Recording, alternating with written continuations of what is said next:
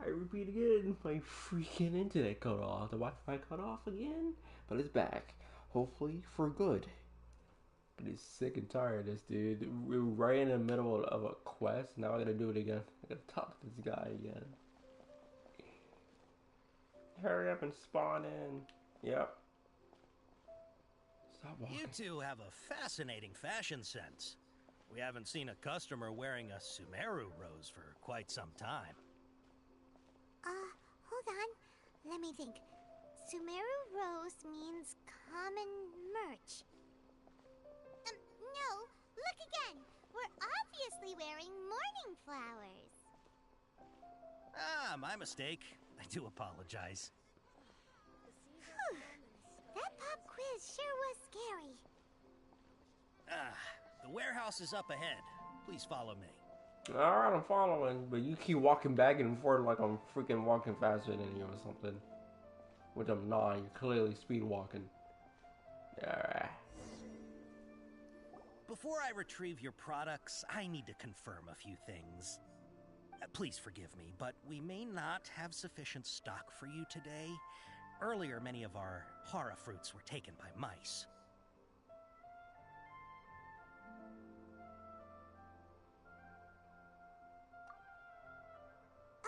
Hold on. That's not right. Taken by mice means they sold out. I'm sorry. But as things currently stand, we won't be able to fulfill your order. Why don't you two think things over? He's cautious of us. Let's take a closer look at the paper that Al-Haytham gave us. Oh.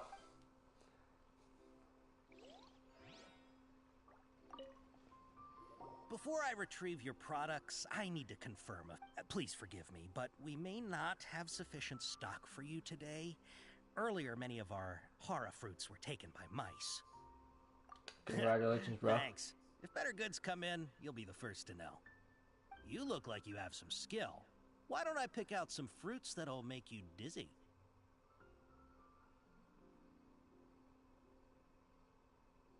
I prefer something that causes heart stroke. No, that's not it. The paper said that heat stroke is the answer to erudition. Shut up.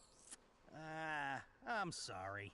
But as things currently... He's cautious of us. Let's take a closer look at...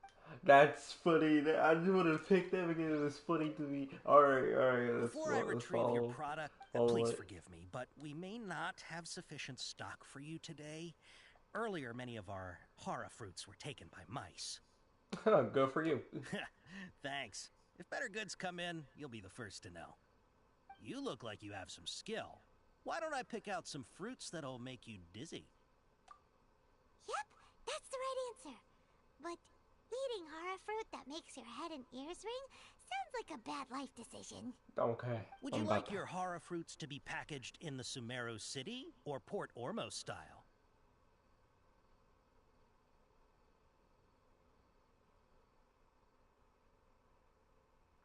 Wow, you two sure are generous customers. We'll be sure to package your products beautifully. Okay, everything has been confirmed. Miss Dory is waiting for you up at... Shoot! It's the Matra! Run! What? The Matra? Where? Al-Haytham said we're done for if they catch us. We gotta get out of here. We don't know this area, so let's follow that informant.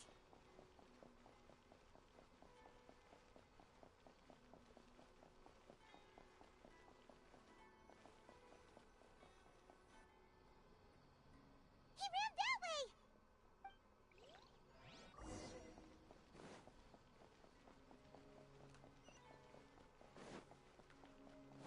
Of course you're gonna do that. Of course you're gonna do that. I don't see the code. We're coming! We're coming for you! Oh, shit! Run! Look, he's over there.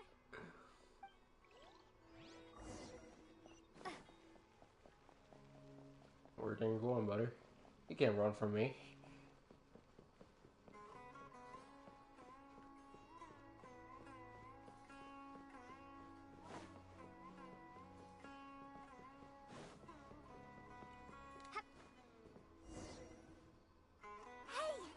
you're hiding from the Rishbaland tiger, come this way! Another password! Huh? Oh, that voice came from behind the building on the right! Here, over here. You can stop running now.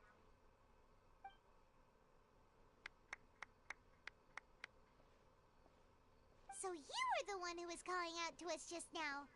But, are we definitely gonna be safe here? Nah, we good. These two good customers wish to buy some horror fruit, Miss Dory. And if there's nothing else, I'll just excuse myself. Oh, very good. Thank you. I like her. That was all cold. Wait, you're Dory? Sure thought you'd look a whole lot scarier. Nah. Hey, what are you trying to say, Princess Pea-Brain? I can be scary enough when I need to be, believe you me. If you don't watch what you say, then you can forget about doing any business. But it seems you two have actually done pretty well so far. Not only did you manage to find the informant, your reactions were also pretty sharp. You don't really look like criminals or anything. But I bet my Mora that you've been involved in some shady dealings, haven't you? Oh yeah. Oh, definitely. I'm not sure if that's supposed to be a compliment, but we'll take it. Dude, we've been through I can't some risk doing shit. business with people who start huffing and puffing after just a few paces. No matter how much Mora they might have. Not only will they get caught by the Matra, but they'll also get us into trouble. As decent folks trying to run an honest business. We don't need any of that. Wouldn't you agree? So that's why I prefer to have customers like you. It's your first time here, but don't worry, I won't ask too many questions. Even if you wish to buy enough knowledge capsules to decorate your house with, please, knock yourself out. As long as you have lots of round, shiny Mora, then we're all good. Show me the products. Ah, yes, of course. Go ahead. Help yourselves. Voila! Wow, she has a trove of canned knowledge. Whew. She'd probably be in serious trouble if the Matra caught her with all this. What kind of products do you seek, my dear customers? Don't worry, I'm not interested in your reasons for buying. I can, however, offer some suggestions. Take this one, for example. An analysis of the sociological ideology and dialectics of the Hilichurls. Only 3 people in all of Teyvat have ever studied it, making it extremely rare. It's on sale now for 350,000 Mora. Woman, you don't got care about healer trolls? Dude, I fight them all day, every day. Yeesh, who would want to be an expert in that topic? Dude, we beat healer trolls all the time. How about the architectural styles and construction methods of Teyvat in the early Archon War period? With this one, you can become an expert in historic architecture preservation and find an excellent, well-paying job in nearly any nation. Ooh, now this sounds like it could be useful. 2 million Mora, and it's yours. No discounts. She is fishing. Of course, you are free to pick whatever your heart's desire. The contents and price of each knowledge capsule are indicated in small text on the body of each one, down at the bottom. Alright, let's try the method that Alhaitham mentioned.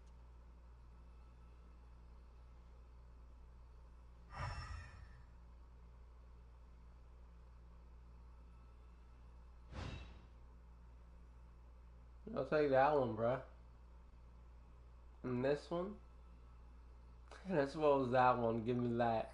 Ah, you've really got a good head on your shoulders, and quite the eye for quality. Glad we didn't have to do Take that these, ourselves. please and thank you. My oh my, you are blessed with a taste for both the exquisite and the extravagant. Customers like you are a rare breed. 1 in 100. No, 1 in 1,000 even. Thank you. Listen, I have a special offer for you two. If you spend just 100,000 more and more, You can pick any knowledge capsule of your choice up to a value of 1 million Mora. Say what now? Hey, did you hear that? Spend another 100K and we get a capsule worth a whole million!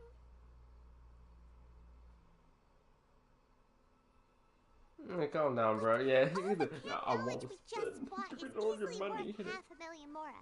If we spend just a little more, we can get something worth 1 million Mora. Isn't that a fantastic deal? There's a catch. We've gone to all this trouble to get this canned knowledge. And so far, everything we bought belongs to Alhaitham. Hey! Aren't you even the least Oh bit curious my about how this whole canned god. knowledge No, thing works? Paimon, you just We're gained out talking there. instant knowledge here. An Don't you wanna idiot. try it yourself?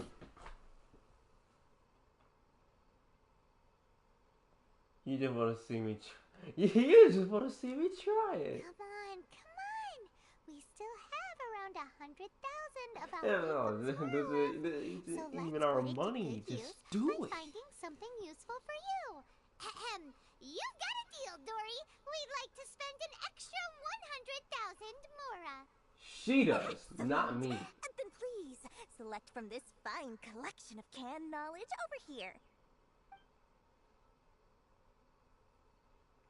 Hold on a second. Paimon thought we could choose whatever we wanted. Why can't we choose the ones from over there? Oh, but my dear customer, the knowledge capsules over here are worth 1 million Mora each. I'm sure discerning customers like yourselves will be able to find something to your liking. Please, take your time. Uh-oh. Paimon has a bad feeling about this. Let's use Elemental Sight again to check these. Hey, this is you. You got too greedy. Fine.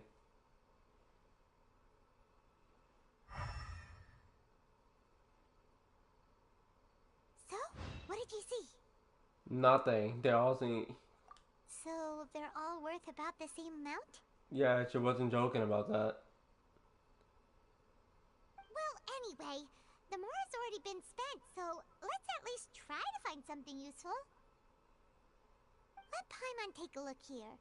An introduction to traditional Sumeru brewing techniques, the art of growing spices, an overview of ancient runes. Oh, how about this one? Sword fighting techniques 8. Not sure we'd ever find volumes 1 through 7, but at least this knowledge should be useful, right? Let's go with this one. Whatever makes Paimon happy. Dory, we'll take this one. All right, very good. I'm expecting some new goods in the next couple days, so be sure to check back again soon. Whether it's canned knowledge or anything else you need, bring your Mora to Dory and doors will open. Our dealings with Dory went smoothly enough. Let's head to Wakala Funduk and meet up with Alhaitham. Hopefully now he'll finally tell us about what the Academia lost. You know what? Hold up. I wanna... I'm sorry. It's weird, I know. But I'm checking the sizes real quick. I'm trying to check the sizes because she's kind of at the short stack. But Sunny someone she's actually way taller than she normally is. My sleep. What's happening?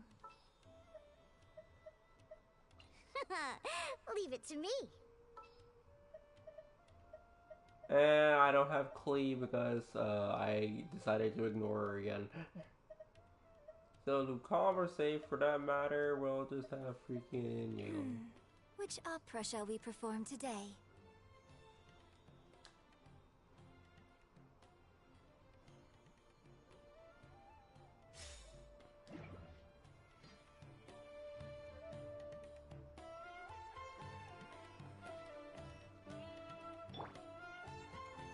Okay, she actually is that short. I don't know why she looks a bit taller.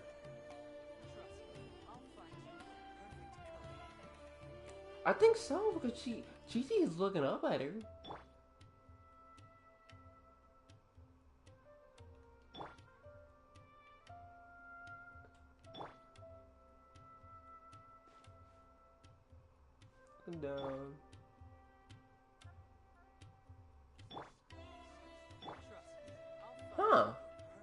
She might be a bit taller. Just a bit.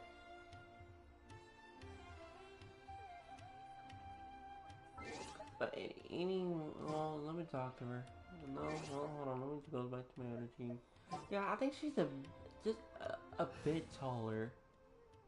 Cause they're looking. Cause she was looking down at these three for just a bit.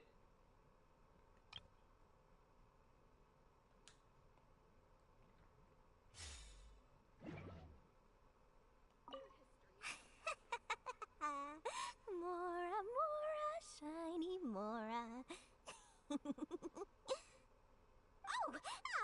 Please, come back anytime you need something. Alright, bye, Dury. I'll pull for you whenever, in less than 2 weeks.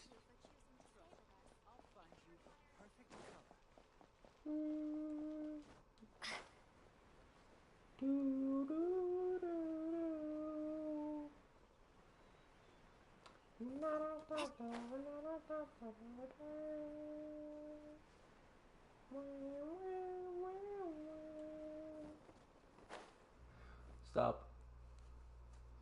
Ha! You two made it. And from the looks on your faces, you were successful. Whoa. There's so many people from the academia here.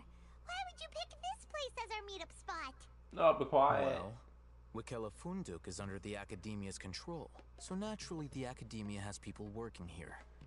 I came to Port Ormos under the pretense of conducting official business. You're a pretty daring guy. Relax. No one here is interested in anything we say, and the Matcha won't come here. Okay, now, tell me how your encounter with Dory went. Okay, we did what you asked. So, can you tell us about the knowledge capsule that the academia lost now?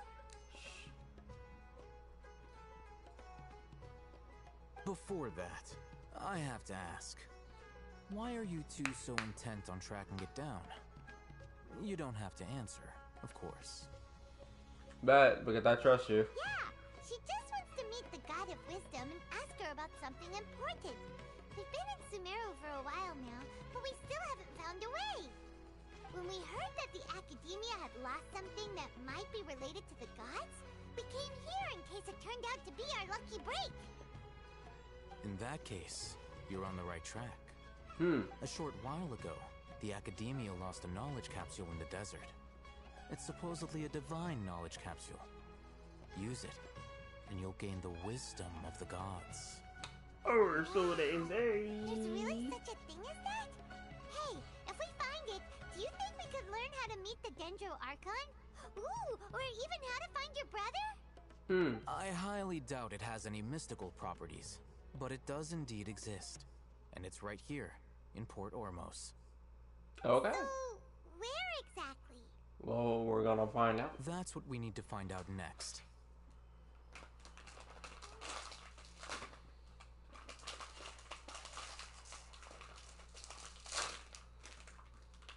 Your goal is yeah. I won't deny It's that. never that easy. I am investigating because I'm curious as to what the divine knowledge capsule truly is. As you know, the Eremites in Port Ormos also have their eyes on it. It is an extremely precious item. The knowledge contained within may bring great power or wealth to whoever has it in their possession. Several brigades have been vying for ownership of it as of late, but there is still no victor. My personal finances and connections cannot compete with those of the Eremites. After attempting various methods, I finally managed to reach a tentative agreement with several brigades. I agreed to forego ownership of the divine knowledge capsule in exchange for the opportunity to study it. After all, there's no harm in understanding what it is. However, there are those who are less amenable to negotiation, such as those from Ain al-Ahmar. They adamantly believe that the divine knowledge capsule contains the Scarlet King's power, and that he will return to this world when they obtain it. They refuse to let anyone from the academia tarnish their deity's soul. So you kept hounding them because they refused to cooperate with you? Yes. Ain al-Ahmar isn't exactly wealthy, but its members are determined to get that capsule by any means necessary. To that end, they've resorted to many methods more foul than fair in order to amass sufficient funds. So, I've been sabotaging their business to force them into negotiating with me.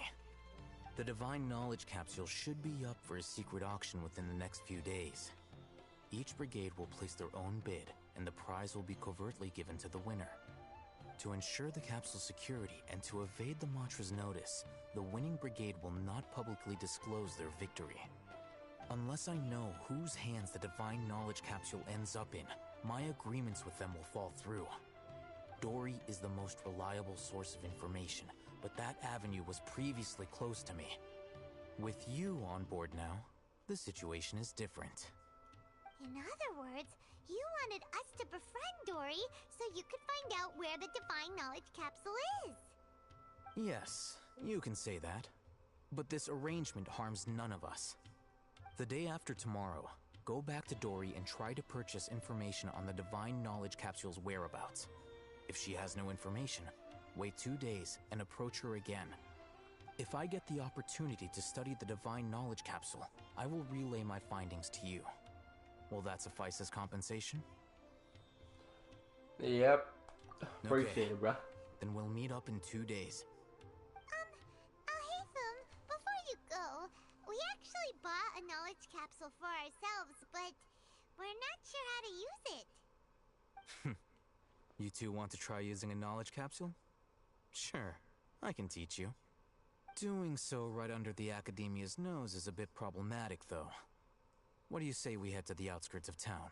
Oh yeah, I meant the most like, why would he do it here? Wait, I gotta use a knowledge capsule right here? Unacceptable!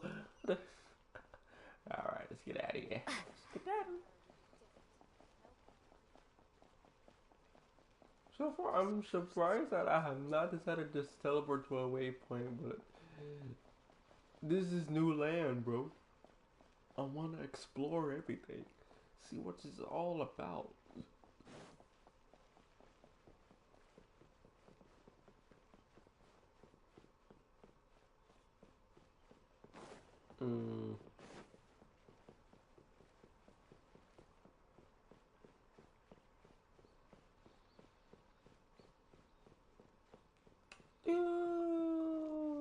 I don't think about what character I should have used for this.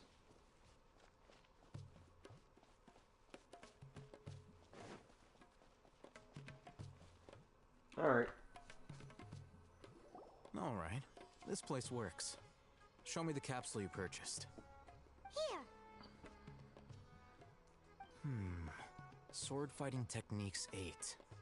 Huh. A combat class knowledge capsule.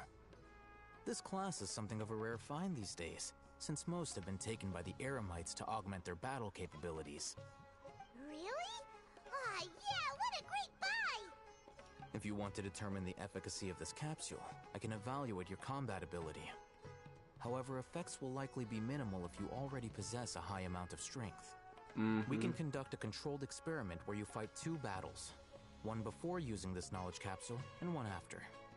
While you fight, we can use an Akasha terminal to monitor your various physical parameters.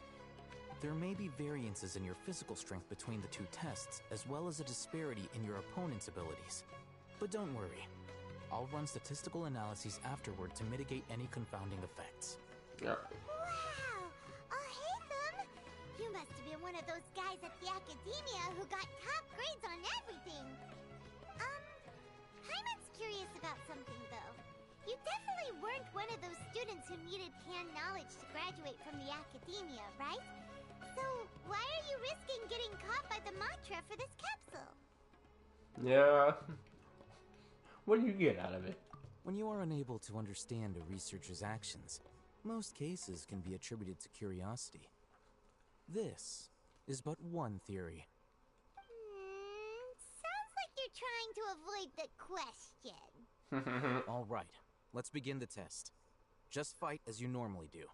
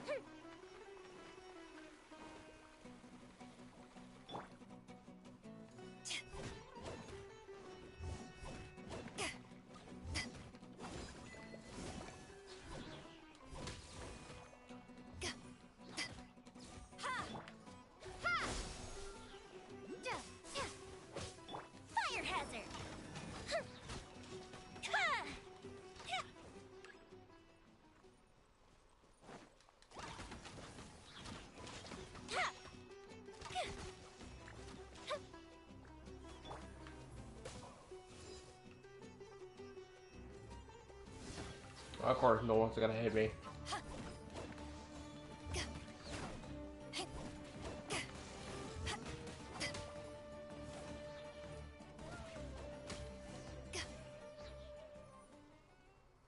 I didn't bother to use freaking cookie. I'm sorry.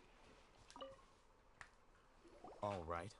I'll link your Akasha terminal to record data. The next step is to use this knowledge capsule. Hold it in your hand. I'll help you establish a connection with it so you can activate its power. Okay.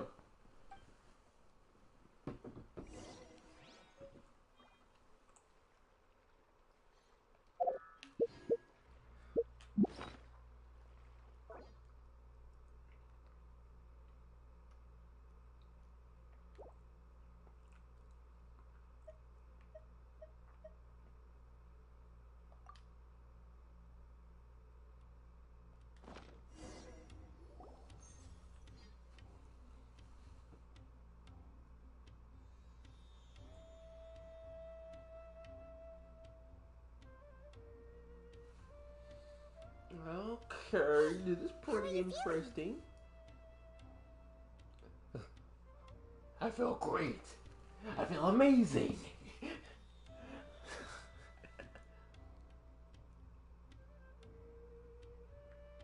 You mean that it worked? All right. Time for round 2. Fight with the same composure as before. Okay.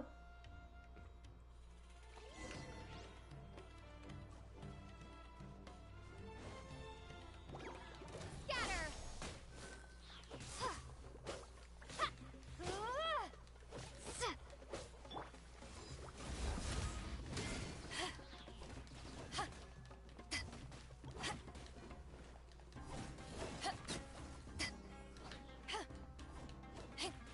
Where do you think you're going? Stop running. Stop running. What? Stop running!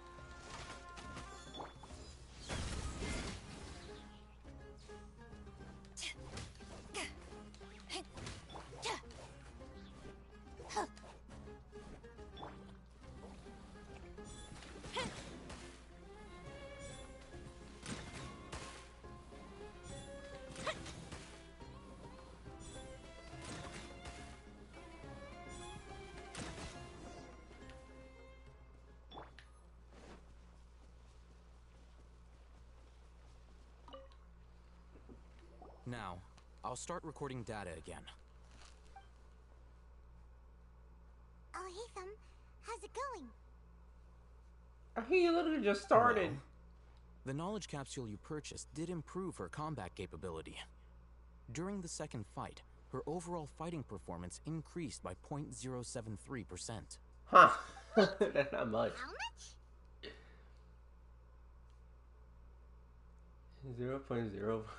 It's 0.073%. It's basically nothing. Dory's such a jerk! She totally scammed us! 1 million mora? This thing isn't worth a tenth of that amount! No, that just Of shows how course, strong I am. This could be because she is so powerful that the capsule's contents were unable to produce a substantial increase. Duh. At the very least, this test allowed me to gain more insight into you two. Our deal seems increasingly worth my investment. I'm heading back to Ikela Funduk. I await your response in 2 days' time. This is Mora for when you ask Dory for information. Pay her as much as she requests.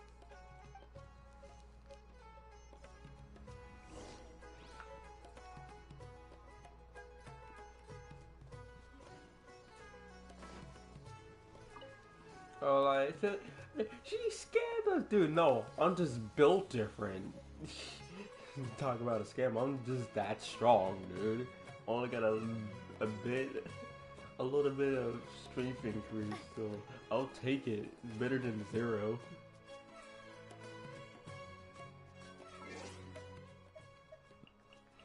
Anyway, we're still in part 1, dude. We're still in part 1.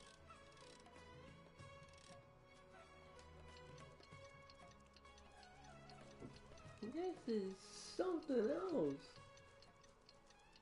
This is just lengthy.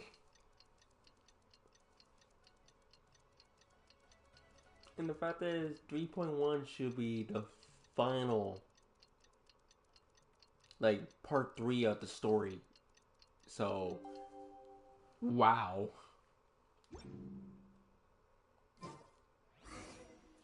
see Dory today and ask her about where the Divine Knowledge Capsule is.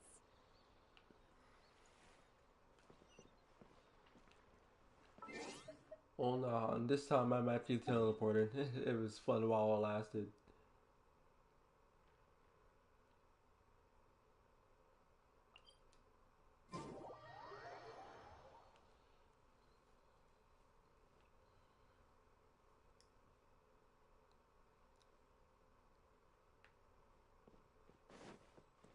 Same spot, huh?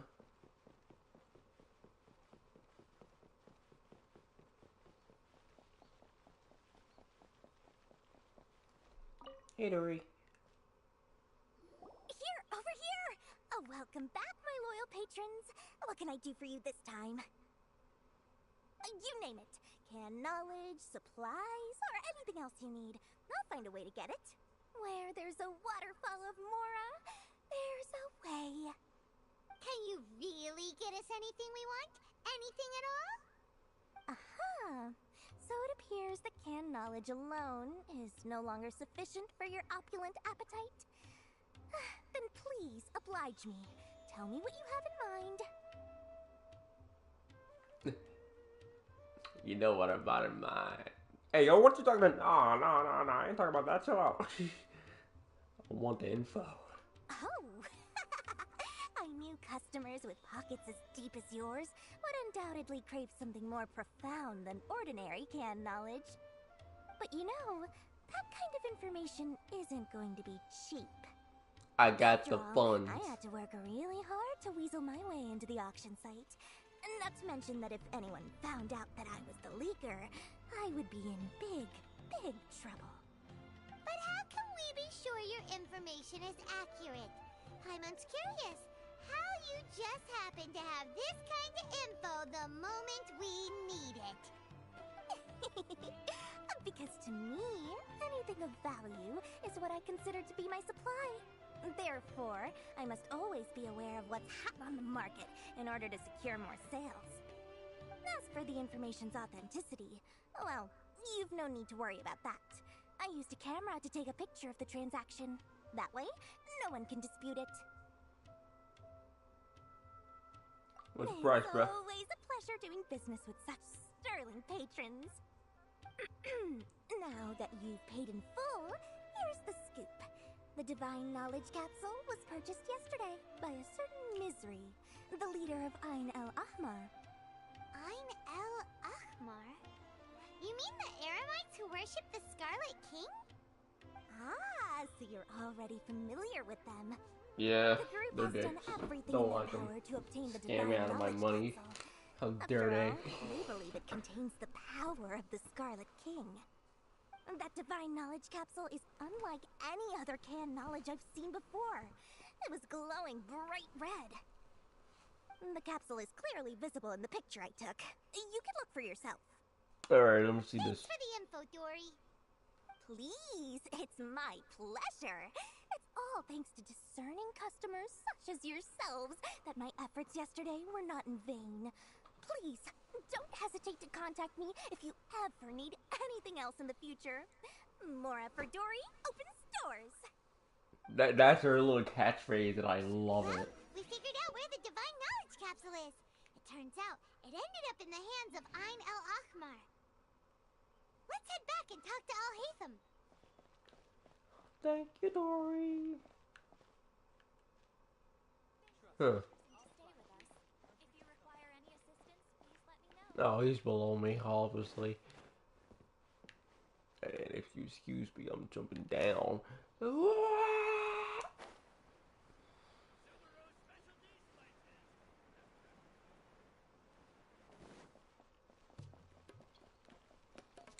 Oh yeah, I haven't really talked about the Dendro element so far. It's interesting, very interesting. Oh, hey, Phil! We got the info you wanted! Really? Alright. Let's hear it.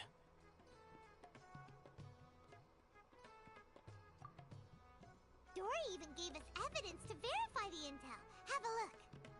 Huh, look at that. Clear as day. It must have taken some guts just to infiltrate the scene of the Eremites transaction. But then, to get close enough to take a picture like this.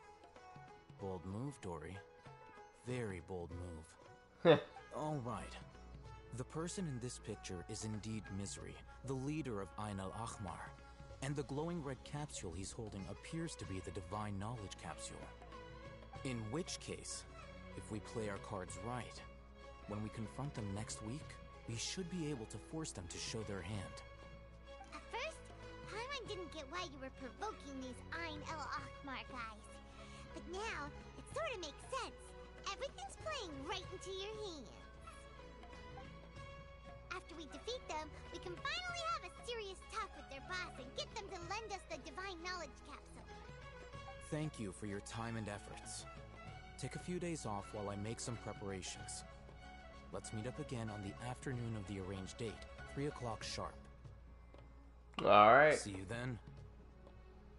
And I already see the SNES 9 right there. Oh,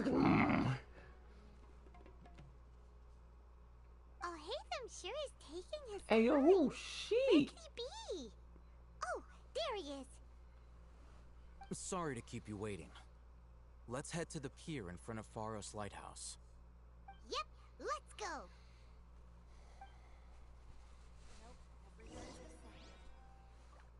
God fucking damn it. I mean, I did said, oh, controller needs to be charged. Control that son of a gun. Hold on. Alright, we're back. But hold on, before I leave. Who are you? I don't think I ever seen a blonde haired like person.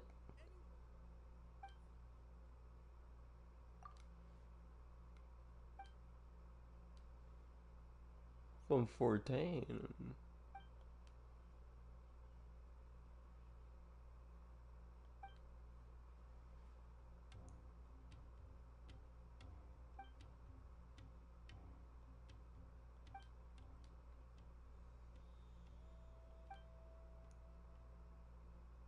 Oh, good. I get that.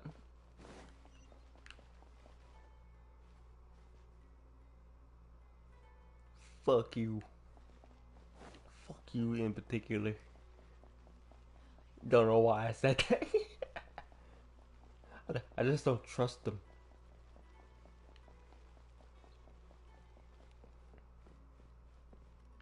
Eh? Oh, oh, that's an elevator. Alright, what? You expect me to climb that? No, look up as an elevator.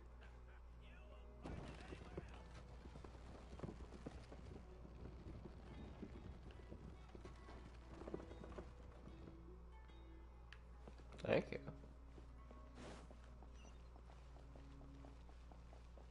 Alright, it's about to go down. And just like that, door's not there anymore.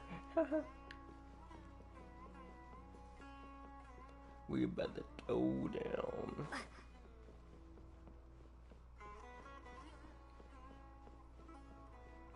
Oh God.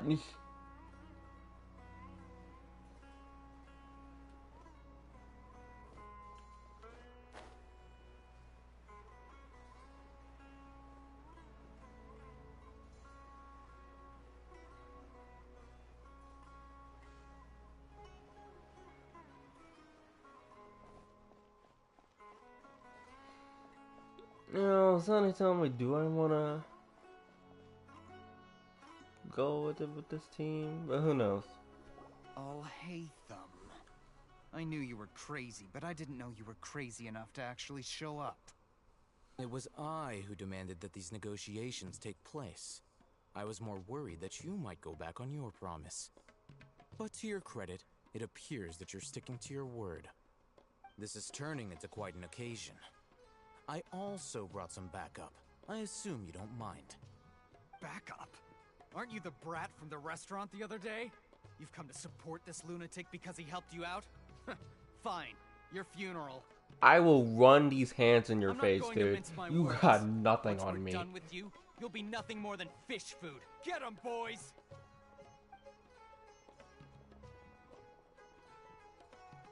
Uh-oh, here they come. Good luck, you two. Yeah, because Paimon, you don't fight. Shut up. I appreciate the confidence. Let's get it.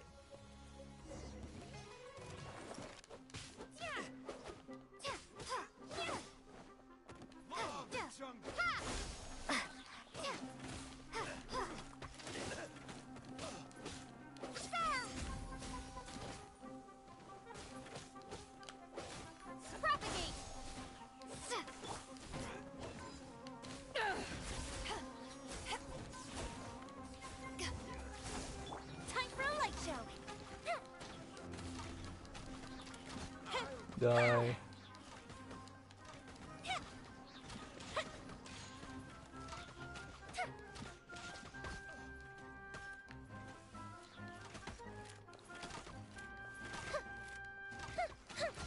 Oh, dude, let me freaking kill you, dude.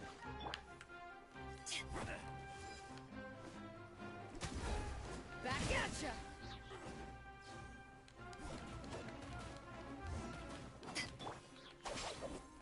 Lightning Verify! Scatter!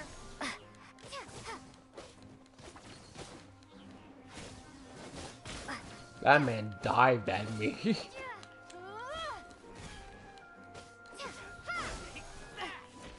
He did it again.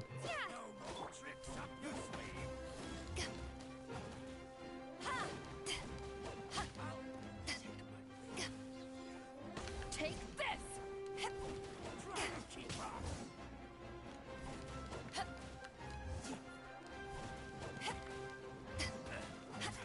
So far, all you guys are chumps.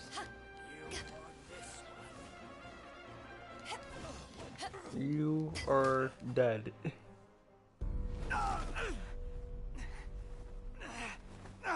Academia scum!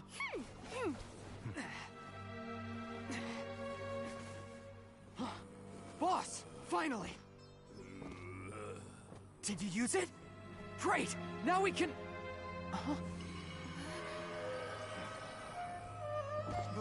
Boss?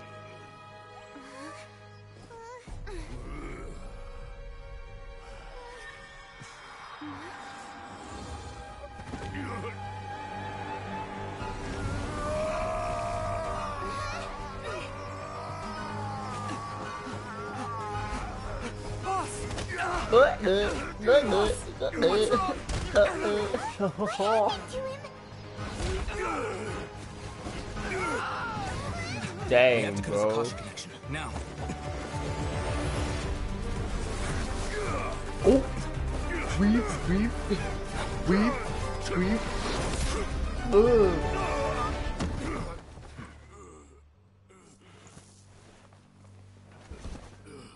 Target acquired. Arrest him.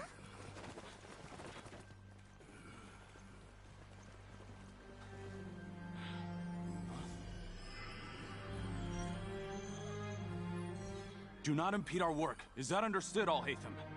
Of course. I was only trying to help. Take him away. Ha!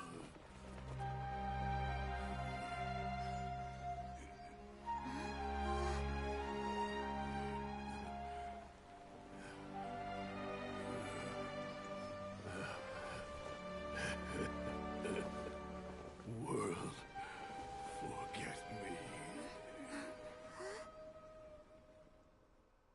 World, forget me. What in Tibet just happened? It It looks like he used the divine knowledge capsule. You mean the divine knowledge capsule did that to him? He couldn't handle it, bro. Oh, yeah. You mean how some researchers go insane after getting knowledge from Irminsul? Yup. I've heard of numerous incidents of researchers in Satyavada life going insane. The state that man is now in suggests that this is a similar situation. This divine knowledge capsule does appear to be linked to the gods, but beyond that, it doesn't seem anything like the rumors suggest. Possessing it doesn't grant you divine wisdom or power. Did you hear what he said? World, forget me. What could that possibly mean?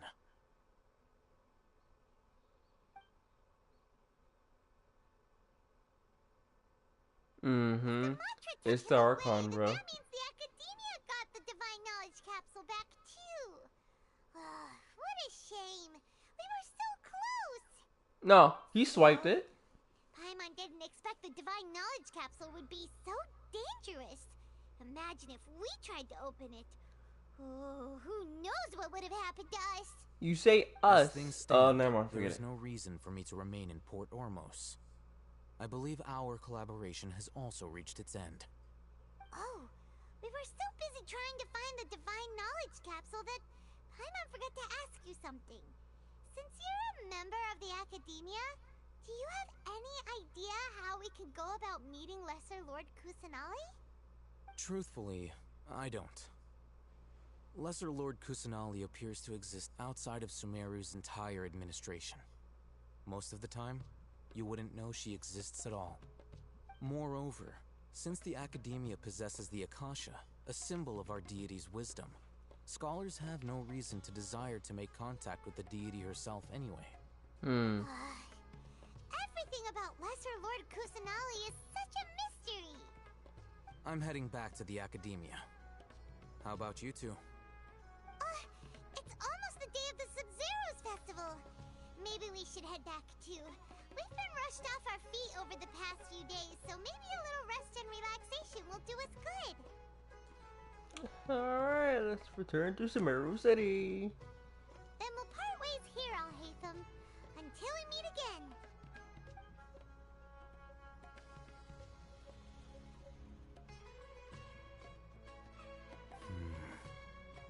Now, do I deal with this thing first? Or should I produce the report that the higher-ups require?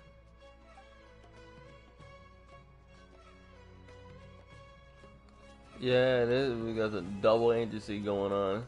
That was Act 1. Finally. Act 2. Let's get these. Let's go back.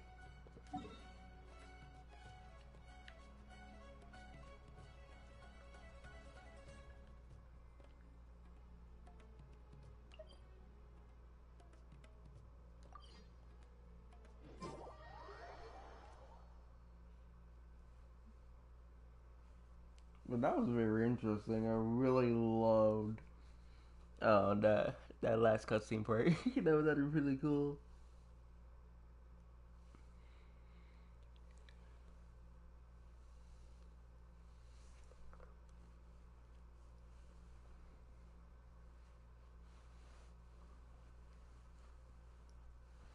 We didn't miss the Sub-Zero's festival, right? Let's hurry and find Dunyarzad. Paimon thinks she must be around the Grand Bazaar, since she showed us around there last time.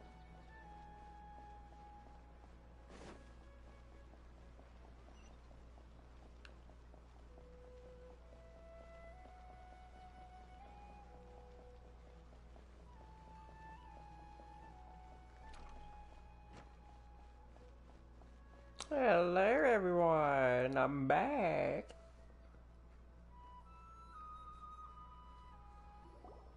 There she is! Dunyarzad! We're back! Just as promised, Traveler and Paimon. I'm so glad that you two came back to celebrate Lesser Lord Kusanali's birthday. Indeed. The festival's tomorrow. We've been preparing for so long that I can't help but feel a little nervous. Yeah, happens to everyone. Nervous.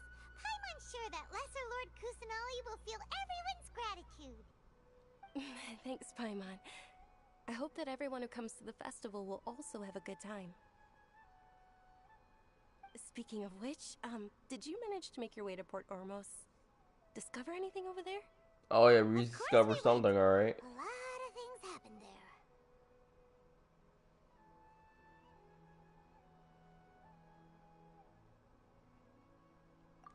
I see. Sounds like you two had another exciting adventure. If there is another chance, I would love to join. Oh, why? If you went to Port Ormos in your current state, we'd both be in for a lifetime of trouble. Hey, what's good, girl? Yeah, you were eavesdropping. She's always It's eavesdropping. called covert protection. Keeping an ear out for what's going on around my employer is part of the job. It's alright, Dia. I merely said I would like to go. I know better than to think my body could handle it. The festival's tomorrow. I've been doing nothing but causing trouble for you. So Dia, please take some time to relax. I'll be fine. Even when you put it that way, it still doesn't feel right. Dang. Don't worry, my guardian knight. Okay, fine, but only tonight. Tomorrow's a big day, and many no-good scumbags are gonna try to take advantage of that. True. Oh, you two must be exhausted from your long journey back to the city. My apologies for not realizing this sooner. I've already prepared a room for you to rest. Please follow me. Whoa, you're so thoughtful. Paimon's so ready. Yeah, Paimon was ready to go to bed.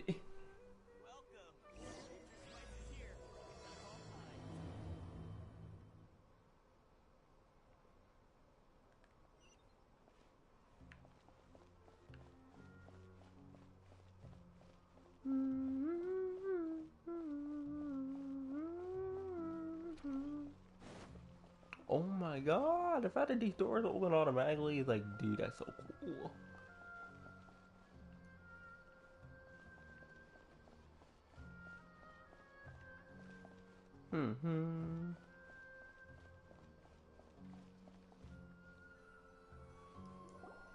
Here we are.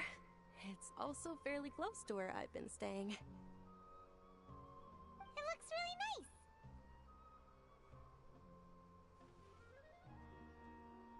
Sorry for the trouble. What trouble, dude? No, she did this out of gratitude. Not at all. Just tell me more about your adventures when you next get the chance. Sure. We'll tell you about the time we fought the raiding shogun. I could tell you stories next time. Oh, if you don't mind, how about we all walk around together tomorrow? Okay. All of my friends will be working the festival, and Dia is still insisting on her covert protection. Oh. Yeah. It'll be pretty hard to relax and enjoy the festival if Dia's constantly hovering over you, right? Ah, yeah, we're keeping you company. Then let's meet at the nearby bazaar first thing tomorrow morning. Have a great night. It's a deal. Good night, Dunyarzad. I may be too excited to fall asleep tonight. See you tomorrow. You better get some sleep. Paimon's starting to really look forward to the Sub-Zero festival too. Will there be lots of yummy food? I'm pretty sure there No, will be food. It's the thinking about festival. food is just gonna keep Paimon up all night. The earlier we sleep, the better. Let's go inside, traveler. She says that I'm still staying up for the time being.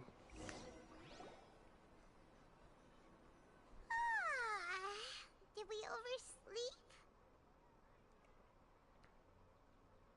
I will let We a should go loving meet stretch. Dunyarzad right away.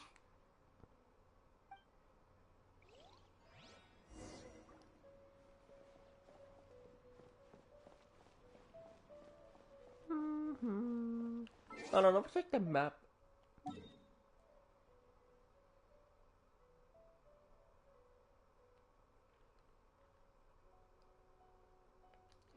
Oh.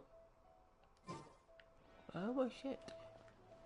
Another waypoint literally right next to the place we're supposed to be going at.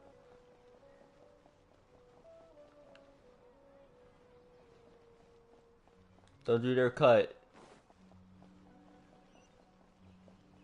Cause I want to get this first.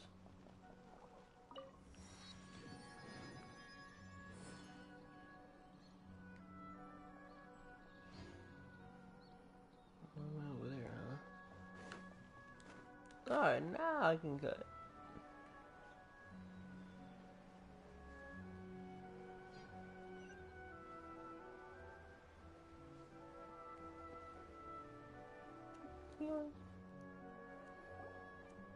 Traveler, Paimon, I've been waiting for you two.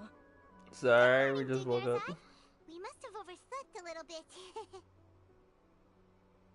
Not at all. I arrived early. Oh. Today is finally here. I must cherish every moment as if it were gold. You've worked so hard for this day. You gotta enjoy it to the fullest. You know it. Oh, it's just that, as expected, I had some trouble falling asleep last night. I'm hoping my body won't be too much of an issue today. Well, shall we? Let's start with the stalls over there.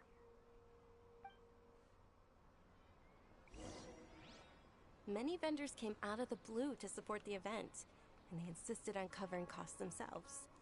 Let's go give them some business. They paid for everything out of pocket? Oh, sounds like they're not in this just for the Mora. They all said that contributing to a lively festival atmosphere is more important than money. Especially since we don't often get to celebrate Lesser Lord Kusanali's birthday. Ooh, they're selling food over that way! Let's go take a look! This is a stall offering foods from the Haftmewa feast. Oh, you could tell straight away. I thought most people nowadays wouldn't know. Mushrooms, flowers, and all kind of fruit? It's all vegetarian stuff. Oh, Paimon's a little disappointed. Oh, Paimon, chill out. So, what's the Haftmewa feast you mentioned just now? It's another Sub-Zero's festival tradition. People used to set their tables with 7 different foods.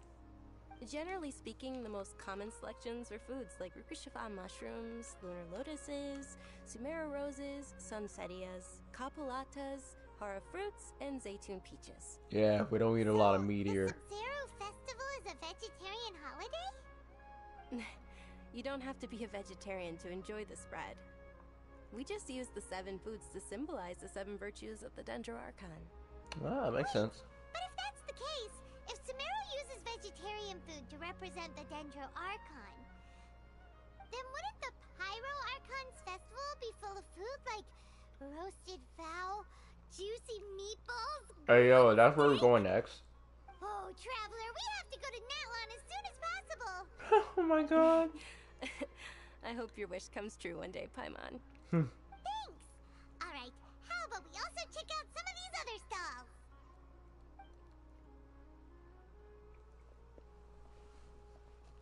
Dear customers, would you like to try your hand at alchemical divination? What's alchemical divination? Those two things sound like they'd be fun to try together. Right? I thought the same when I first heard about it. It is said to be a mysterious craft invented by none other than Lesser Lord Kusanali herself. So, how does it work? It's quite simple. After you give me any 2 alchemical reagents, I'll use them to perform a random transmutation. Sure sounds random. So random that it will probably fail. Oh my god, you're such a douche. That is precisely what we need. After the transmutation fails, your one and only diviner here will interpret the remnants. For some reason, I don't buy it. The entire thing is it's way too... Yeah. Well, according to Lesser Lord Kusanali, everything is interconnected, and all that occurs can be traced back to fate. You could say this is a pearl of old wisdom. Everything sounds so much more credible when Dunyarzad says it. Are you guys working together? So that's the true wisdom behind it. This young lady sure knows her stuff. So, how about it? Want to give it a try? Alright, let's give it a go.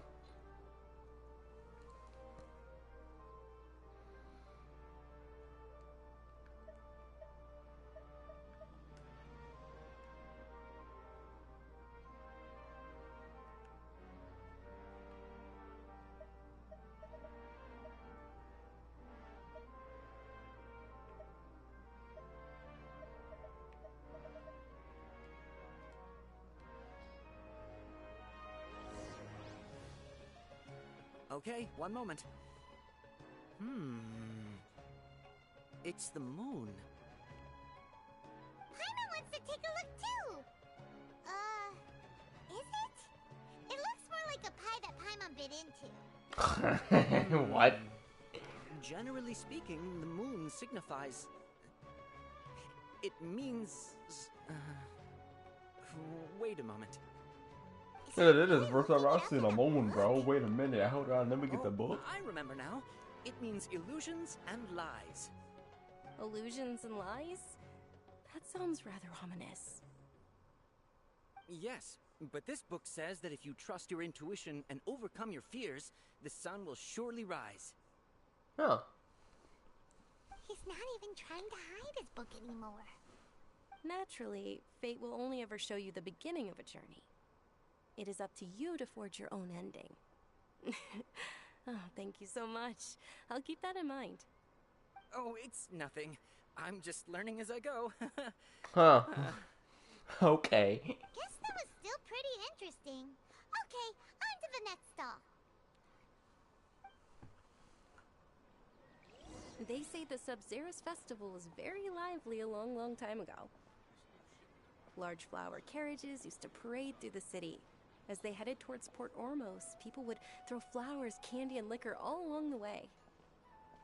Dunyarzad's eyes are sparkling right now. I wish I could have seen that spectacle. But if you ask me, I'm sure Nilou's Dance of Sub-Zerus will be just as impressive.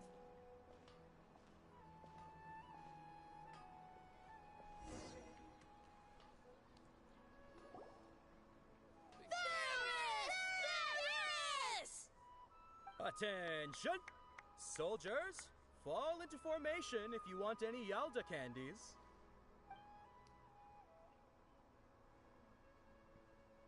It's a weird guy with a weird hat. Hey, it's Dunyarzad! Wow! Miss Dunyarzad, the children love you even more than the Yalda candies. In the few short days it took to prepare for the Sub-Zerus festival, the children have all grown very fond of you. The Hallowed Knight of Flowers. It's an honor that you know my name. Attention! In the name of Ferris, the Knight of Flowers, I commend you on your contributions to the glorious Sub-Zerus festival. All right, little soldiers. Take your Yalda candies and don't forget your loyalty to Lesser Lord Kusanali. Dismissed! Yes, Knight Ferris! Oh god, the kids are having one hell of a time, yes. Just what is going on here? Ferris, the Knight of Flowers, is another Sub-Zerus festival icon, and one immensely popular with children. In the past, the actor portraying Ferris would also sit on a flower carriage. It's all thanks to Miss Dunyarzad's sponsorship that the children can make such wonderful memories today. As are we to you, Vihar. Oh, not at all. Oh, speaking of tradition, do you want some Yalda candies? They're a festival staple, and I happen to have some boxes readied here. Take a look and pick whichever one you want. Whichever one? Don't these boxes all look the same? That is the fun part.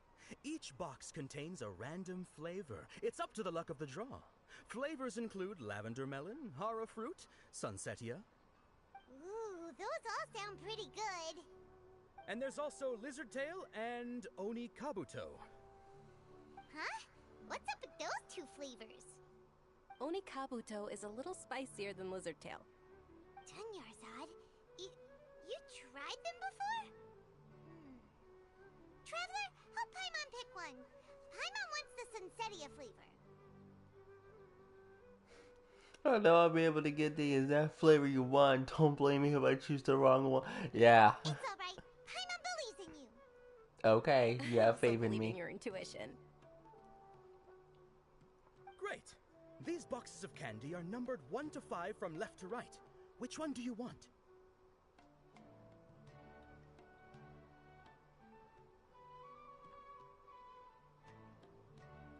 I'm gonna well, not Russian roulette. I'm gonna close my eyes and then I'm just gonna press X, alright? 3, 2, 1, go.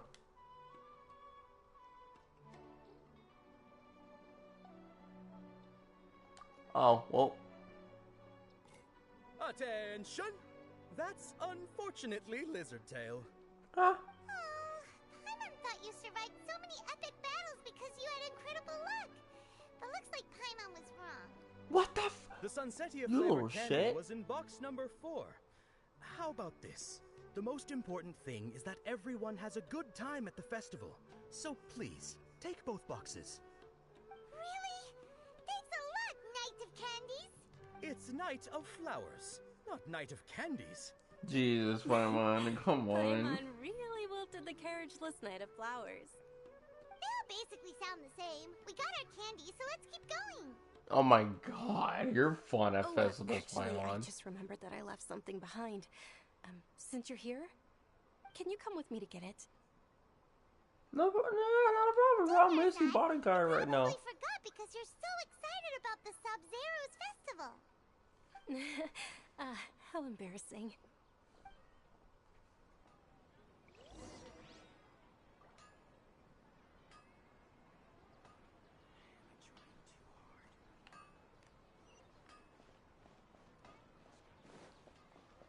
Oh, thank God I can just run there because I swear she walked all the way over there again. I was gonna have a little fit, but I get it. She's got this condition. Well, like, man, you walk too fucking slow, woman. Pick up the pace.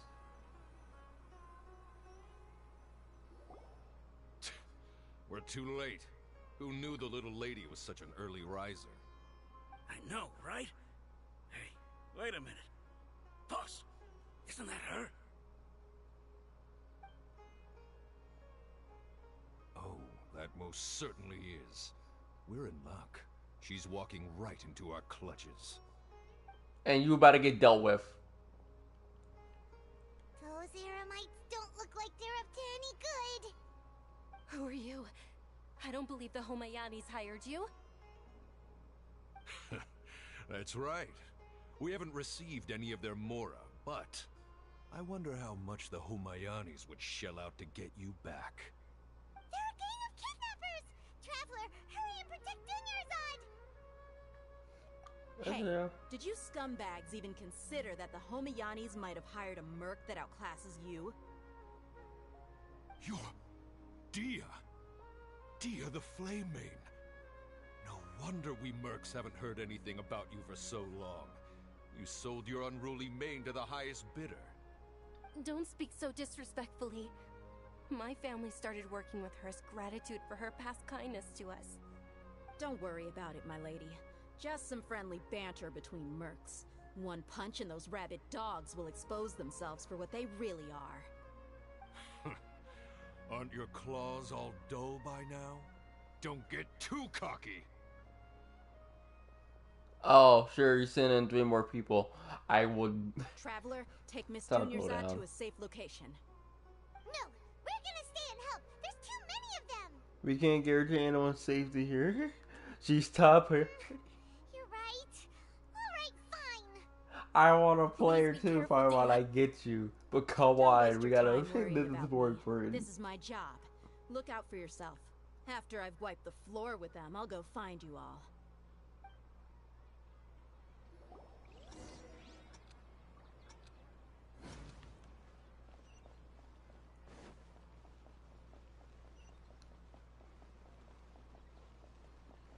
Let's get in time limit. What? Okay. Did you want to just chill there?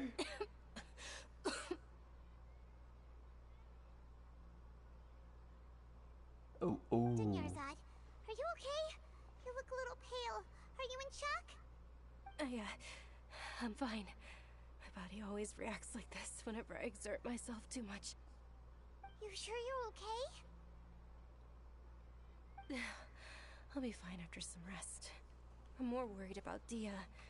After all, none of this would have happened if I hadn't insisted on coming out today. Yeah, don't worry, dude. She got the hands. Don't worry.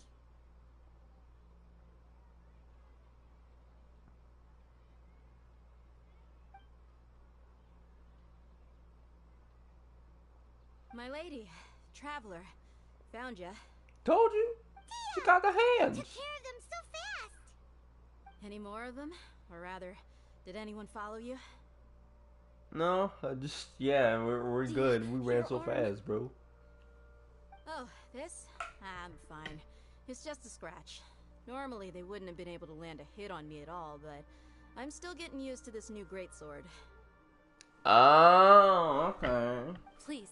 So she is a freaking Claymore user. Come on, it's nothing. Us mercs aren't as fragile as you think. Hold on, you said something about a new greatsword. What happened to the one you were using before? About that. Well, I sold it, because I was low on Mora. Stuff like this happens every now and then. Oh, low on the mines. It can't be. I'll sell it.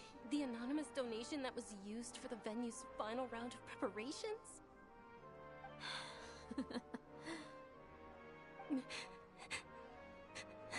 Hey. Hey, Miss Dunyarzad, I wasn't trying to make you cry, and I'm not gonna lose my commission because I made my employer cry, am I? Okay, making your employer cry won't affect your commission, but selling your weapon without permission and getting hurt? I'll have to reevaluate your performance. You're so unreasonable, my lady. Thank you very much, Dia. Don't be like that. I get embarrassed really easily. Yeah, we can tell about that.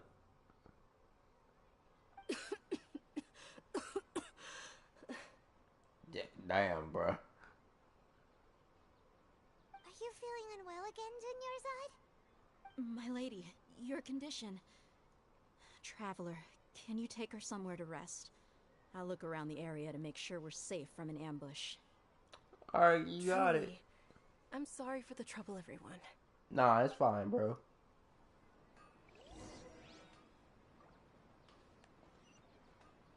We might go to the... Oh, okay. I thought we were going to the tavern again. This tavern's literally right there.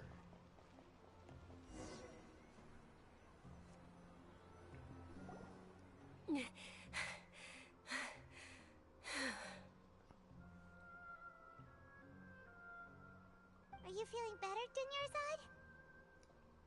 Dunyarzad? Yes, much better.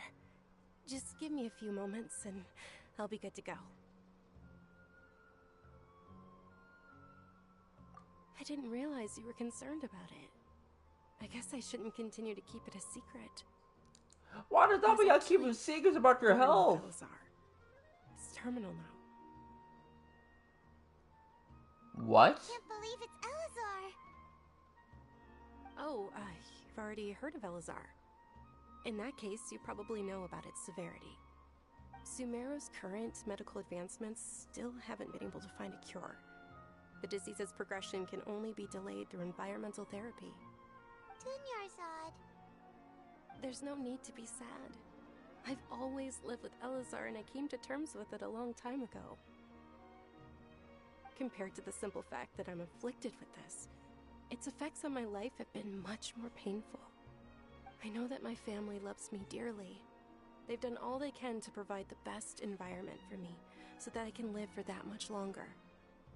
However, I know I will one day succumb to this. Dude, that's deep, man. That's so deep. Did you know? Before I ran away from home this time, the world outside of my home didn't even know that I existed. Since I was a child, all I could do was sit on my bed and stare at everything outside of my window. I'm sure my family's worried and disappointed in me for running away, but I just didn't want to have any regrets. I wanted to meet other people. To me, there's nothing more beautiful than being able to meet and speak with others. Not to mention the incredible time spent preparing for the festival. The joy on everyone's faces here, and all the support I've received from friends like Dia. This way, when my final day does arrive, it will be less sorrowful. At the very least, many people will remember that I once existed in this world. Right? Bro, I will definitely remember you. As long as you don't forget Paimon, Paimon also won't forget about you. No, even if you forget Paimon, Paimon will still remember you. Thank you two so much. I apologize for the depressing conversation.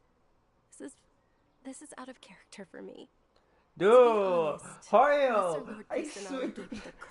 Are you saying someone's gonna die today? Oh no.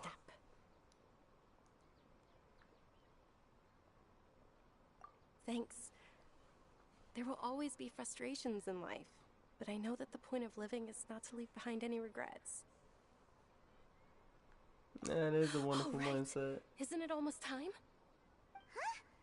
Almost time for what? The dance, right? Isn't the dance of Sub-Zeros about to begin? It's the part of the festival that I've been looking forward to the most. Nilou will recreate that legendary scene with her most splendid dancing. And the Sub-Zeros festival will conclude amid everyone's applause and blessings. And with that, my wish will also... Then what are we waiting for? Let's go to the stage! Yeah, we should still make it in time.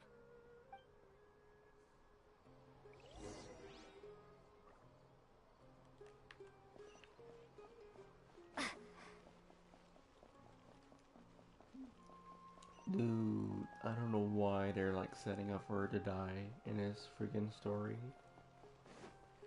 I don't need to be tearing up, bro. It's too early for that.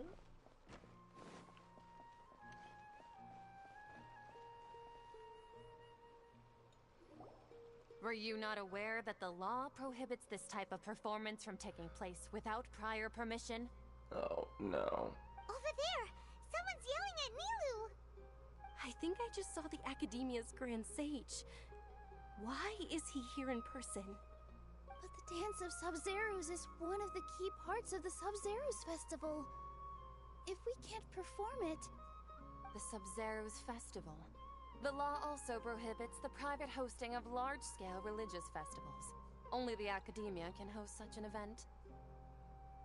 If you continue to resist, we will have to order an investigation into every single event organizer. The Grand Sage has already granted you much leniency. I advise that you exercise tact. How... And I already don't How like did her. things turn out like this? The Academia was originally responsible for the Sub-Zeros Festival, but they failed this responsibility for many years. I need to speak with them.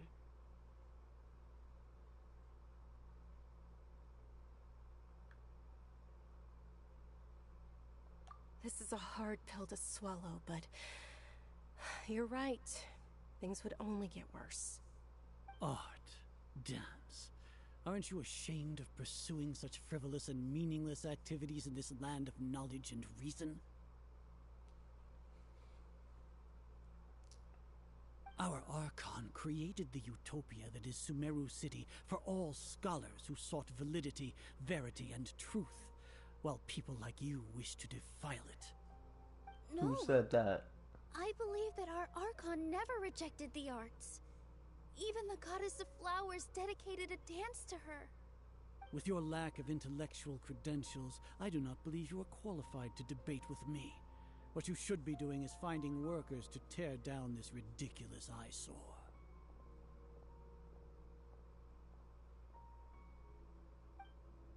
When we return, have the scribe draft an ordinance before the next Nyargarbaha Day that prohibits public art performances. We will announce it to the public later via the Akasha. Understood. I will inform him when I return.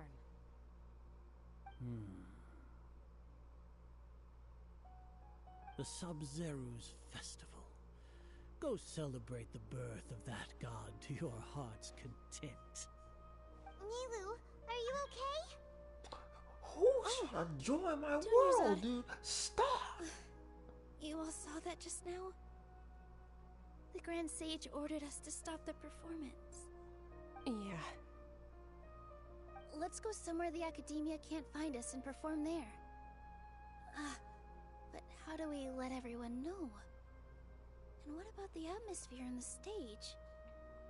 Are we gonna do it in the We forest? could get people to block them off so they can't interrupt the performance. No. They just threatened to investigate the organizers. If we were caught... Milu, it's alright. Don't worry about it. But you've been looking forward to the Dance of Sub-Zero so much. And I know how important this festival is to you. I don't want you to have any regrets. It's okay. Seeing you care this much about my feelings is more than enough. Nah, I do It would want be to see too that risky dance though. to continue the Sub-Zero's festival at this point. I don't want to get everyone in trouble. If you say so. But...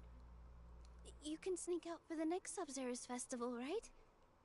We'll make sure the next one is a smashing success. That's if she's there. That's if she's Yes. there. Okay, it's a promise. It will be a smashing success. Dude, they setting this up to where she's not gonna I be can't there. believe this is how things turned out. Those heartless geezers. It really is okay. There's nothing we can do about it. Still, I'd be lying if I said I had no regrets. I would have loved to see Milu's dance.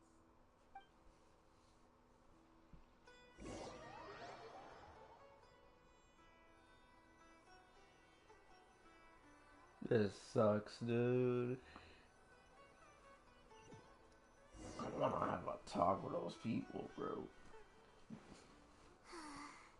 A lot happened today. It's a shame the festival ended the way it did.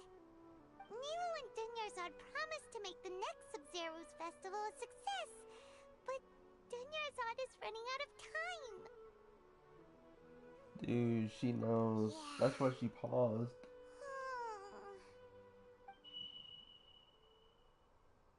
What was that? All connections have been secured to construct the most stable framework possible. The project has entered its most critical phase. Power has begun to flow from...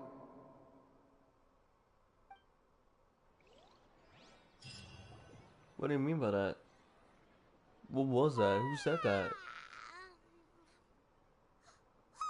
We're gonna be late! It's all because you wouldn't get out of bed! Excuse me? Who's yawning?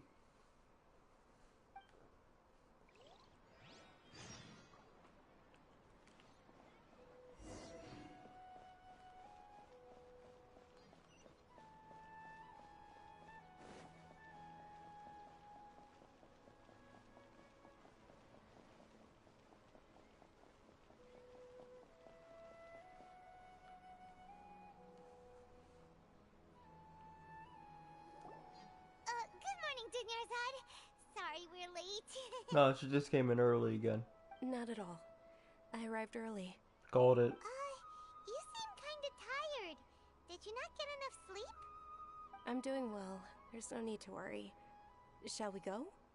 Let's start with the stalls over there. Sure! Traveler? Why are you just standing there? Let's get going! I'm dozing off, bro.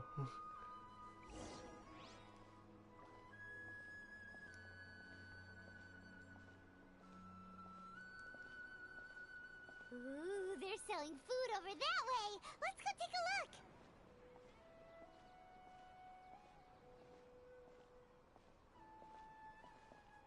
Oh, is me actually walking faster than usual?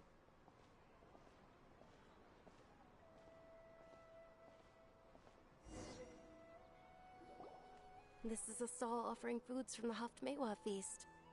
You are quite well informed, miss. I thought most people nowadays wouldn't know. They're all plants! Oh, Paimon's a little disappointed. Actually, what is the Haftmewa feast you mentioned just now? It's one of the Sub-Zero's festival's traditions. People used to set their tables with 7 different foods to symbolize the 7 virtues of the Dendro Archon. I knew it. I was like, wait a minute, something feels off. Appear to be in the form of the moon. Really? Paimon thought it looked like some kind of food. I'm dreaming, am I? I'm definitely dreaming. Gotta The be. moon signifies... There's no way I It's gotta send back in escaping me time. for now. I'm dreaming. Wait a moment. Is he really Dreaming, or this is Oh, an illusion? right. It means illusions and lies. But if you trust your intuition and overcome your fears, the sun will surely rise. Understood. Deja I'll keep vu, that in dude. mind.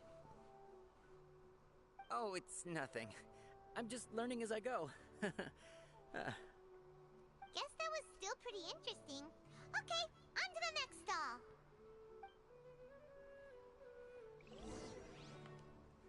So, where to next?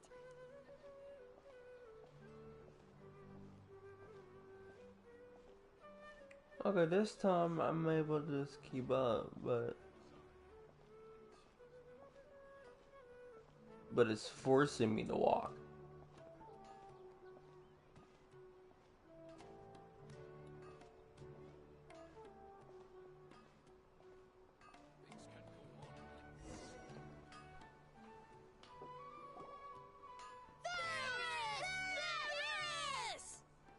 All right, soldiers.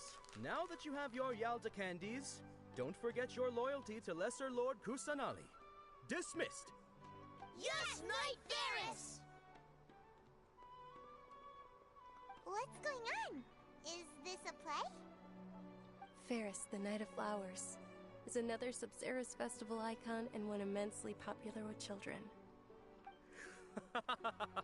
It's all thanks to Miss Dunyarzad's sponsorship that the children can meet the Night of Flowers. Oh, do you want some Yalda candies? I happen to have some boxes readied here. Take a look and pick whichever one you want. What's to pick? Don't these boxes all look the same? It's not that simple. Each box contains a random flavor. It's up to the luck of the draw. Flavors include lavender melon, hara fruit, sunsetia. Ooh, how interesting. And there's also lizard tail and oni kabuto. Ugh, why do those flavors even exist? Traveler, help Paimon pick one. Paimon wants to eat the sunsetia flavor. Great! These boxes of candy are numbered 1 to 5 from left to right. Which one do you want? 7 and number 4. Ah, excellently chosen. Number 4 is indeed sunsetia.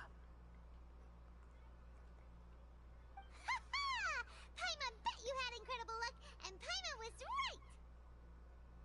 That wasn't luck, bro.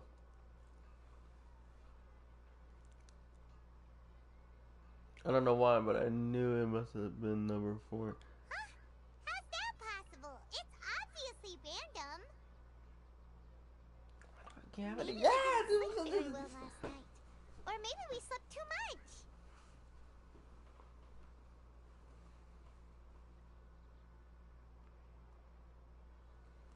I need to leave for a moment. Yeah, and then we're gonna. Sure. Huh? Where are you going? You're just gonna walk off like that? Yep, yes I am, because I need to get this freaking deja vu feeling out of my fucking head.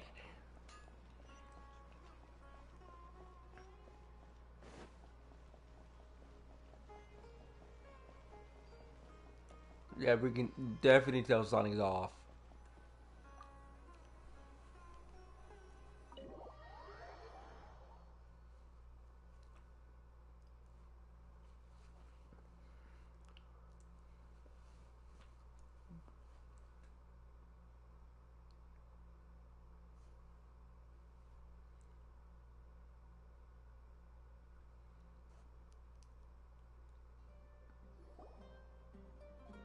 A feeling of deja vu? Oh, Paimon knows what that is. It's when you feel like you've already experienced whatever is going on. Mm-hmm. In that case, Paimon also felt something like that today. But that's just our brains playing tricks on us, isn't it? No. So, why'd you run here in such a hurry? I want to do something I normally never would. So that's it! You're intentionally doing things things you usually wouldn't and seeing if you still get that same feeling of deja vu. Mm-hmm. Welcome, you two. Are you here for lunch? What would you like to eat? One coconut caramel cake, please. Got it.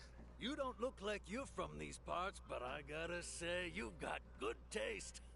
I'll give this order to the kitchen. Hey, appreciate it, fam. Coconut charcoal cake? Isn't it that burned thing that didn't look tasty at all? Yes, but I bet it does taste What tasty. you're trying to do now? You'd never normally order something like this. Nah, you getting it? Oh, that transition though. Oh, they got some dip? Are you really gonna eat it? Yup. Isn't this going a bit too far? Here it goes. How was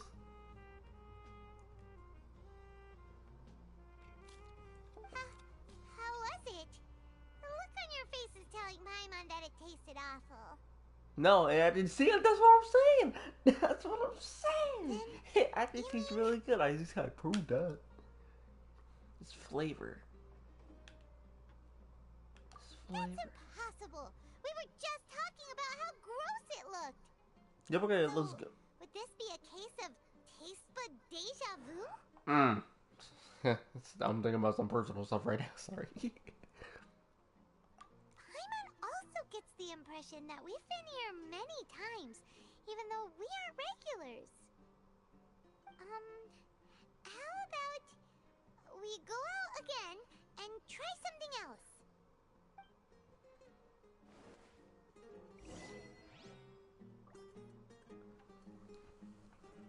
Yeah, that was indeed weird. Very weird. Let's get up, get out of here, and see what else conspires. You know, the what-we-calling dudes going the wrong way. Thanks for the food. Take the tip. Leaving.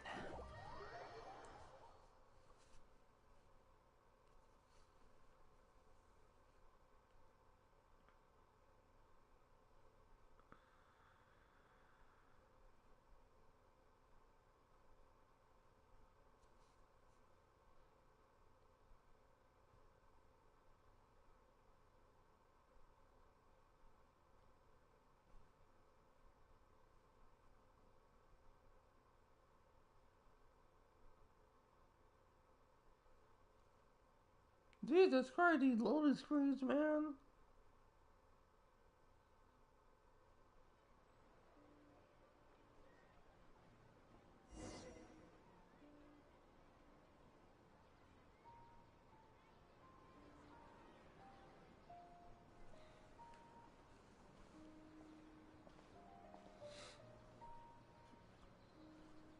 Hey, Dinyarzad is sitting by herself on that bench over there.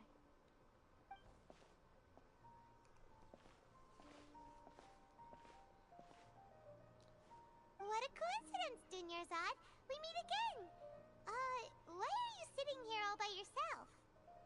Oh, I ran into some kidnappers just now, but thankfully Dia came to my rescue. I started to feel unwell after that, so I sat down here. Kidnappers? Oh my goodness, are you hurt? I'm okay. Dia's arm got scratched, but it isn't serious. Whew. That's a big relief. But, Dunyarzad, you seem a little down today. It's the Sub-Zero's festival, and you've been looking forward to it so much! Not at all. I've always been like this. Excessive physical exertion or strong emotions tend to aggravate my illness. Besides, no matter how amazing today may be, it is but a single day. After however many more days, my time will come to an end. Paimon doesn't quite follow you, and Paimon feels like something's really got you down right now.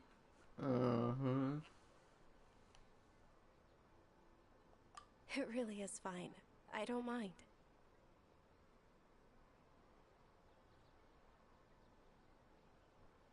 Huh? Did something happen? Dunyarzad, have you ever felt deja vu? You know, Like when you've already experienced something that's happening right now? Deja vu? No. But my days have been the same for years now. Even if I were feeling deja vu, I suppose I would already be used to it. Oh, Paimon sees. Then, is it only the two of us? It's almost time. Huh? Time for what? Nilou's Dance of Sub-Zerus is about to begin. Let's go.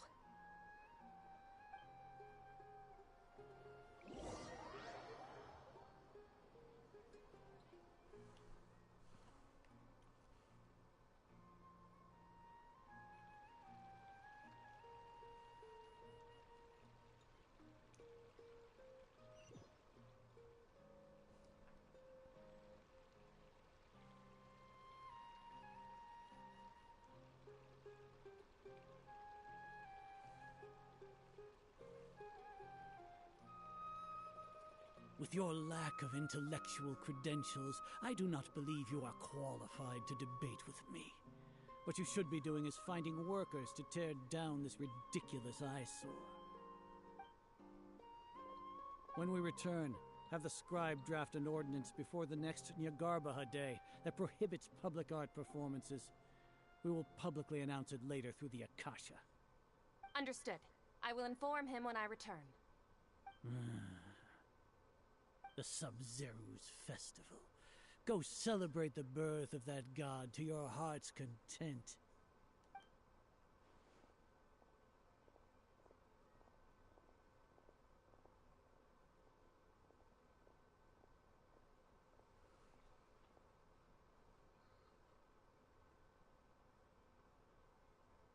Nilou, are you okay? Oh, Dunyarzad. The Grand Sage ordered us to stop the performance. It's okay. There's nothing we can do about it. But you've been really looking forward to this. I don't want you to have any regrets. It truly is unfortunate, but I don't want to cause trouble for anyone. Didn't the Grand Sage say that he might investigate the organizers? True, but... well, okay. I'll just have to try again next year. The next festival. I probably won't be around by then. Wait, what did you just say? No, nothing. I'll be heading back to rest. Thank you for your help, everyone. Paimon can't believe what those heartless geezers did!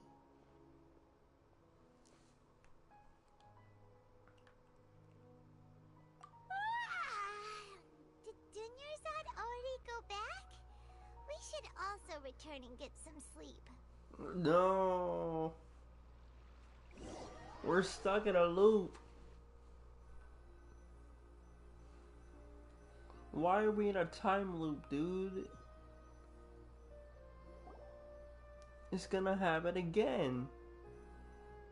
So, in the end, you still couldn't figure out what that deja vu feeling was all about? Maybe it really was because of exhaustion.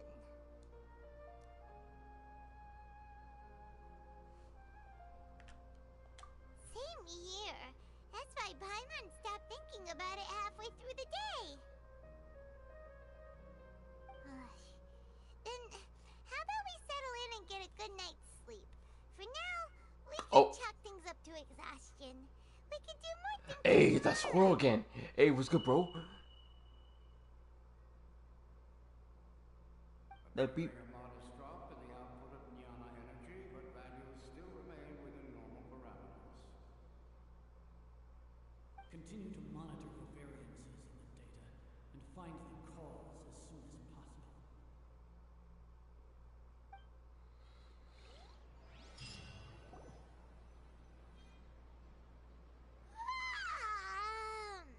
Why does Paimon feel so tired after so much sleep? Anyway, we should go meet Dunyarzad right away.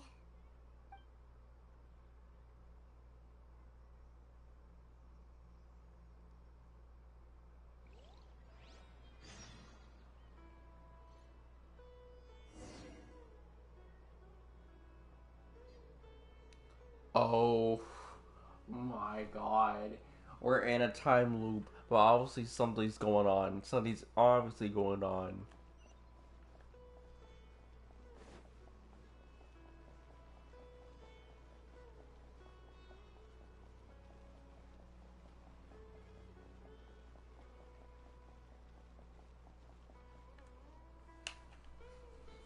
She didn't pop up this time. Good morning, Dinyerzad.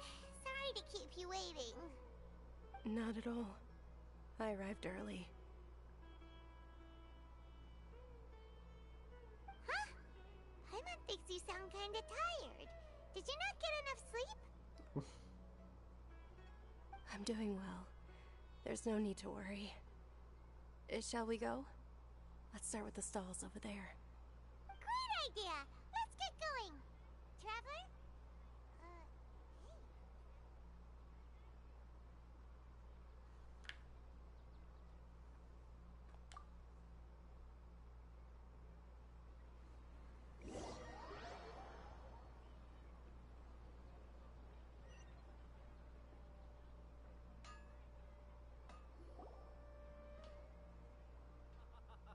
It's all thanks to Miss Dunyarzad's sponsorship that the children can enjoy the Sub-Zero's festival.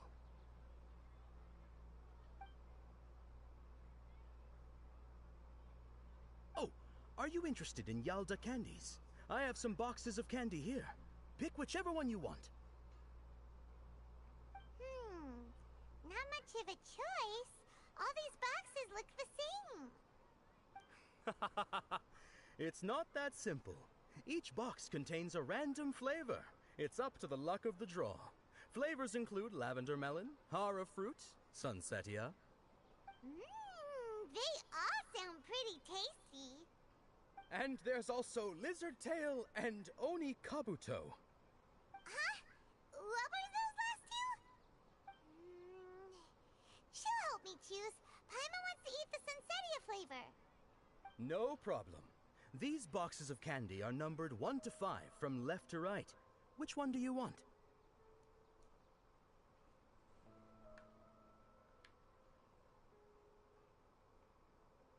Oh my god, they all say 4.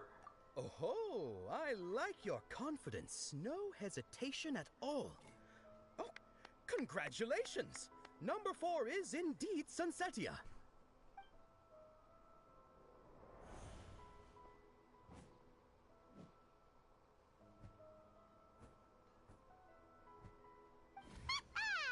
Paimon knew she always had incredible luck.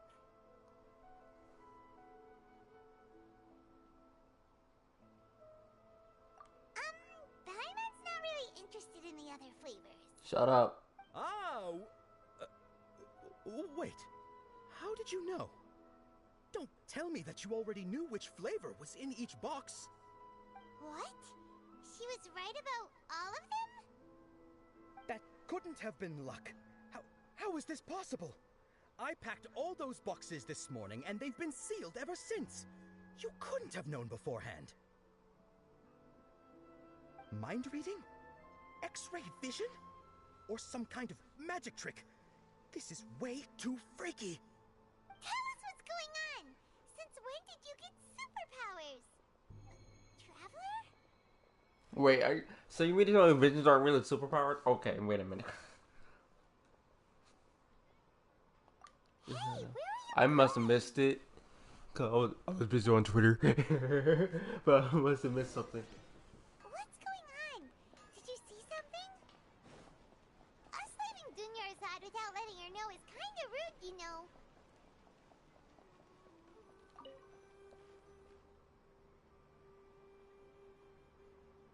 Oh, there she is! There she is! There she is! There she is! Yo!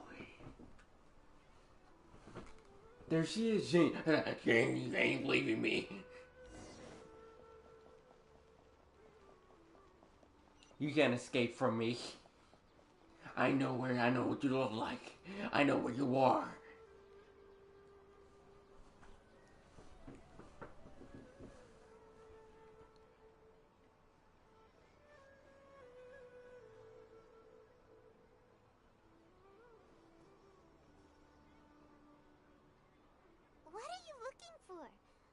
did we come here?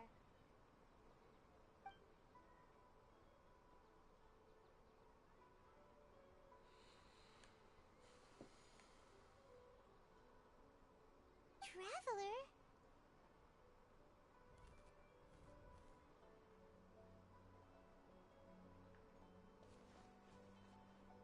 That's...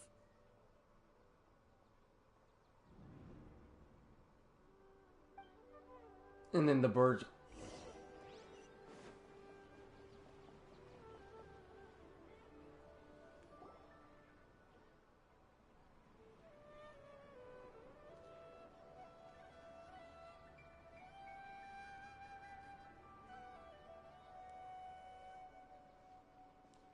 Finally, we found you, dude.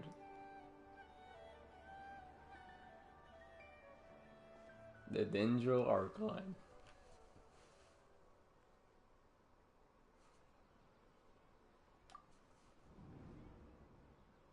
Look! That's... Isn't that Dunyarzad?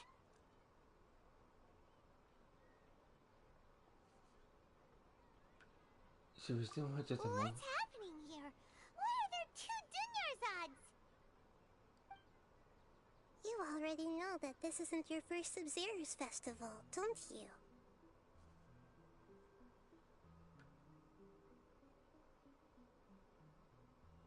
I'm sure you already know how to use this. A knowledge capsule? Where did you get it? What's inside? You should use it too, Paimon. You know Paimon? In fact, we heard her before. Back in the archipelago. Kinda sketchy, but Paimon feels like this is what we should do.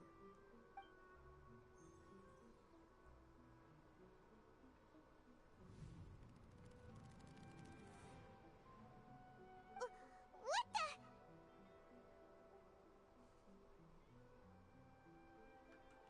This is our 20th time at the Sub-Zero's festival? Huh? No. The 30th? 40th? Just how many times have we been to the Sub-Zero's festival? Have we been trapped in a single day? If it weren't for you, we wouldn't have even realized. What the heck was inside that knowledge capsule? Your memories are still scrambled? Try your best to remember. This isn't the first time we've met, and I answered that question a long time ago. Let Paimon think. Oh, it's coming back. Meeting you was the real catalyst for restoring our memories, and the knowledge capsule was just your means of showing our minds the way. You said that so quick. What about everyone else? Why are you only helping the two of us? Your sense of deja vu is stronger than everyone else's, yes? As for an explanation, you two received the blessing of Dendril, and you also have special, sensitive constitutions. It was as if a single sheet of paper was separating those memories from your consciousness. Yeah, what's wrong with her, A dude? familiar question. I think this is the 7th time you asked that. As you can see, she isn't doing well. You probably sensed it too. The Dunyarzad you were just with is different from the first Dunyarzad you met. That first Dunyarzad is in front of you right now, and she doesn't have a lot of time left. What I need to do right now. Looks like you're almost done sorting out your brain. Oh yeah, I'm Nahida. Hi, Nahida. I'm pretty sure that's not actually your name. Good. You passed the test. What's happening? You can awaken our memories, and you seem like you know what's going on. Oh, wait. Please don't tell Paimon even you don't know. Everything in this world runs in a loop. This cycle is called a samsara. You, me, and everyone else are all stuck inside a one-day samsara. As for the truth, that's on you to find out. If you were told the truth instead of discovering it yourselves, it would literally blow your minds. I don't know how you'd be after that. I can only give you surface level help, like bits of information and subtle hints. For the rest of the time, I'll be doing all I can to slow down Dunyarzad's illness. She looks like she isn't doing well at all. Her illness gets worse after each Sub-Zero's festival. If we can break out of the samsara, I might be able to save her. But as things are right now, she's just a small bird in the sky that's about to lose its last feathers. All I can do is raise a gale to delay her fall. You sure love to use weird analogies. Analogies are wonderful tools. They let you use existing knowledge to understand unfamiliar things. Okay, so, with what you know so far, what do you think the truth is? Alright, here we go. This is a...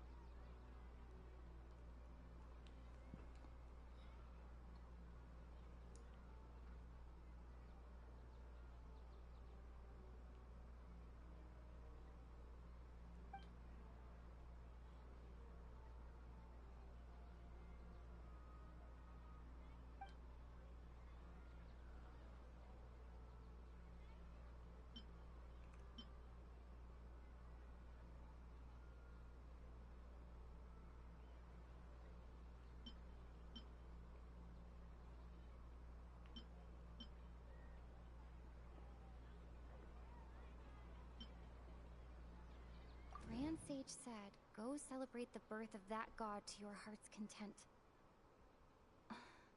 Did he mean something more?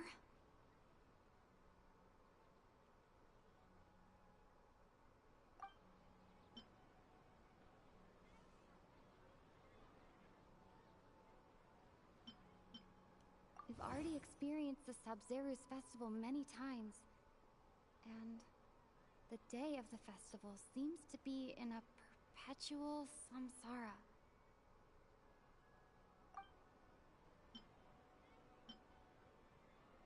The moon, illusions, and lies. What do they all mean?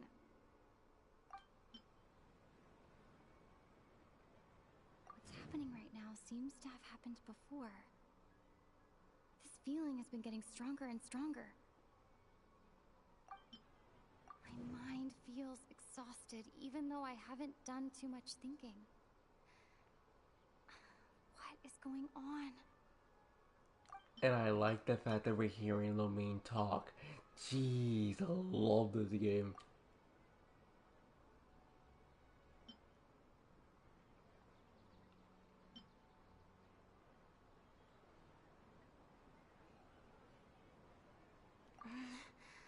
I can't seem to cohesively piece everything together.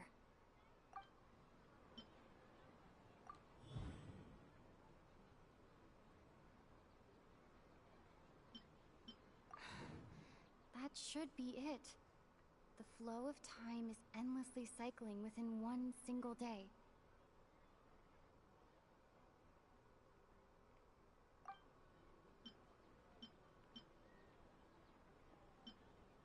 The moon, illusions, and lies. What do they all mean?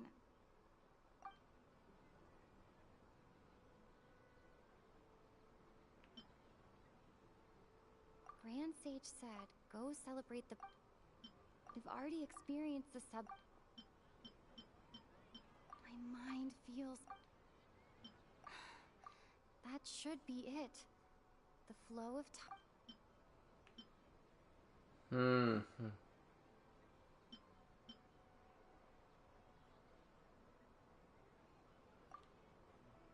A time loop.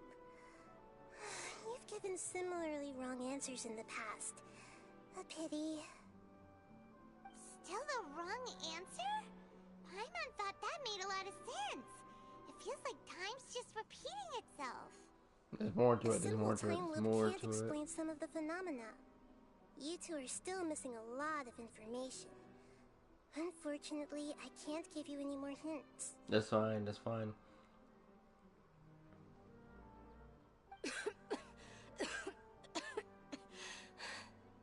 Dunyarzad. The Sub-Zero's festival is happening every day, but that doesn't mean we can waste an infinite amount of them. Hurry and find the truth before today's festival ends.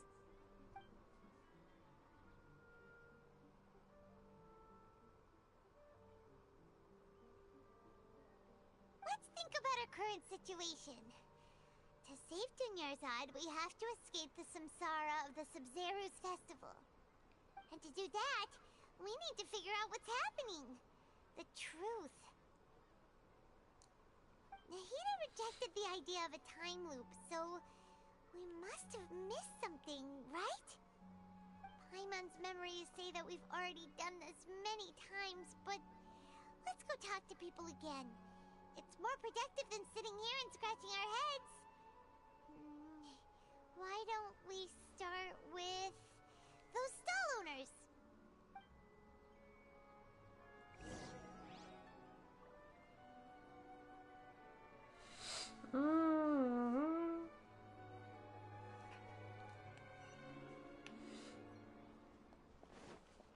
Dude, this story, man. I mean, of course, I'm catching things a lot early, but my god, the surprise is still getting me. Oh, I'm stepping on your food, bro. Hey, it's you guys again. Where's your cultured friend? She's feeling a little unwell. I see. Did you come back to buy something? I guarantee the freshness of my products. I harvested them from the forest just yesterday. Huh? What brought this about? I hurried back from the forest yesterday, and I'm selling produce here today. I haven't felt anything strange. To put it another way, if you really think about it, was yesterday truly yesterday? Did you actually come back from the forest yesterday? What kind of philosophical nonsense is this? Are you two daydreaming? Didn't you know that no one dreams in Sumeru? Go somewhere else if you want to find someone to daydream with.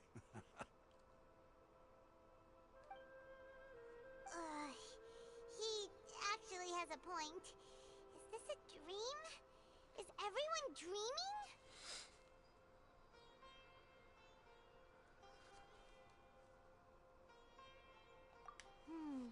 True. It's so weird that people here don't dream. Why is that? Anyway, if this all really were just a dream, we would have woken up a long time ago. Let's keep asking around.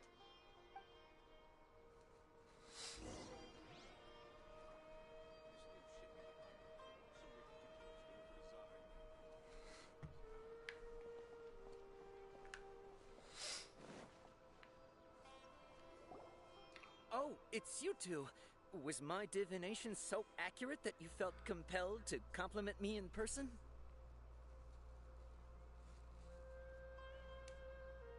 Ooh, I knew it! I told you, the god's divination is highly accurate. You just hadn't fully understood its significance yet. You're really excited about this, huh? That's exactly why we came back. Help us better understand it. Help you better understand it? Well, that isn't exactly what I excel at. So, you're admitting that you don't have a clue? Anyway, what kind of situation did you get into?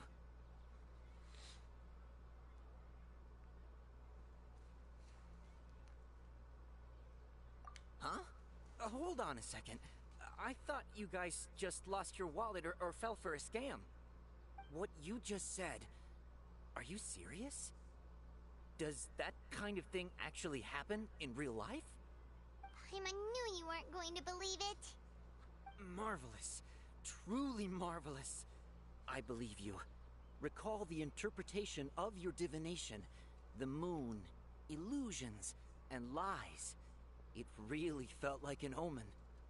When you say it like that, the divination does sound like it's related to what's going on. Can you read any more into it? I believe that the Archon's revelations are never more than vague hints. Anything more specific is beyond the reach of mere mortals. The book only says, if you trust your instincts and overcome your fears, the sun will surely rise. So that's how it is. Looks like fortune-telling is just fortune-telling. It's no good for practical problems. Oh my god. We haven't made any progress. Who else can we talk to? Paimon remembers that we tried talking to her a couple of times, but she always thinks we're playing pranks on her. You think she'll brush us off again?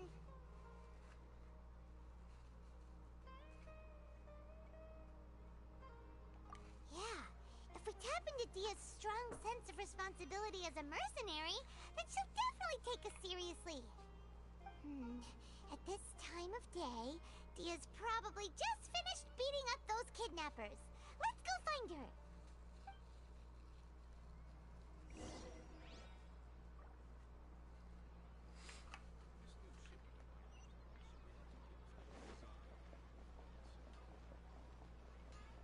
There we go. I'm fine, my lady. It's just a scratch. Perfect timing. Both of you are here. Paimon, Traveler, you came at just the right time. Listen, there was a dangerous Huh? You saw? Then why didn't you jump in earlier? If someone was protecting Miss Dunyarzad, I could've went all out. Anyway, can you do something for me? You want the Traveler to take Dunyarzad somewhere to rest up while you check to see if there's still any kidnappers around. Did Paimon get that right? How did you know what I was going to say? We need to say something convincing.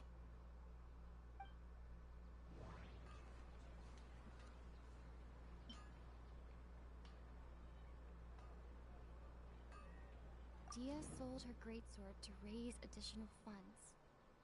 And then she was injured because she wasn't used to her new weapon.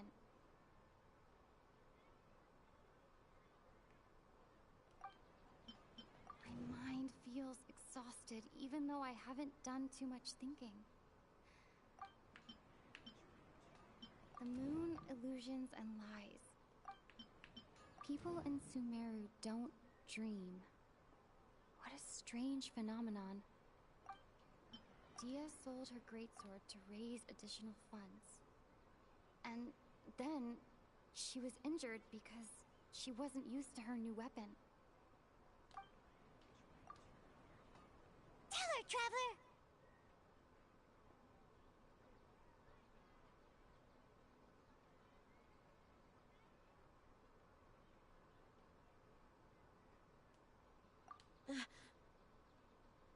I didn't tell anyone about that.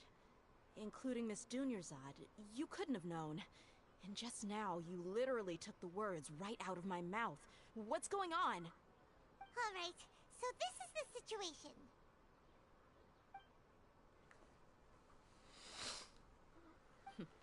It's kinda hard to believe what you just told me. First, let me make something clear. Most of us desert dwellers might not be the scholarly type, but we do have basic common sense.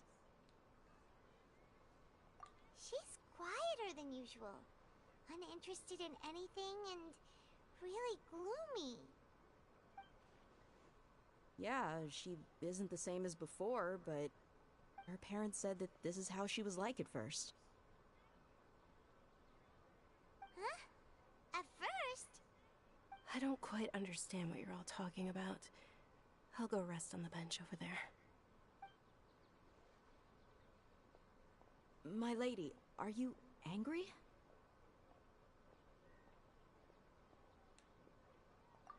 Alright, I'll give you the benefit of the doubt since you knew about my greatsword. Let's make this a quick trip. Miss Dunyarzad isn't completely safe here.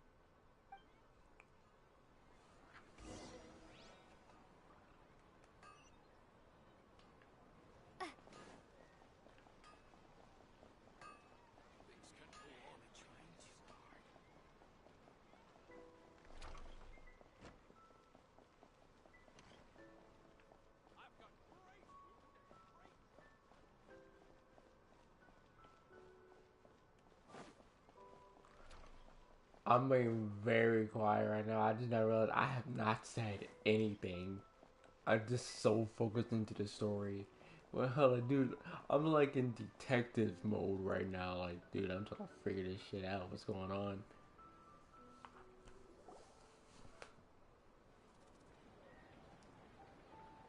Nahida, we brought a friend. That bird again. I noticed it. I thought I told you that it won't help to bring anyone here. We just wanted her to see the real Dunyarzad's condition. The real Dunyarzad?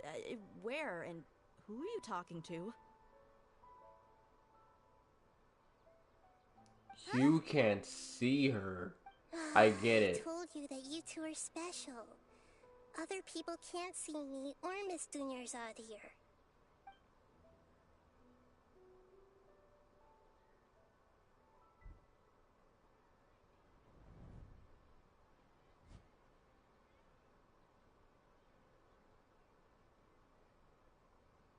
Hold on. Over there. Is that? Wow. How perceptive. Does she have invisible antennae? Miss Dunyarzad, she's lying down here, isn't she? How's she doing? Her condition's really bad, and she's basically in a coma. How did you know she was here? I can sense her aura. There are also lingering feelings of something like regret or disappointment. What happened? Do you believe us now? The Sub-Zero's festival has been repeating itself.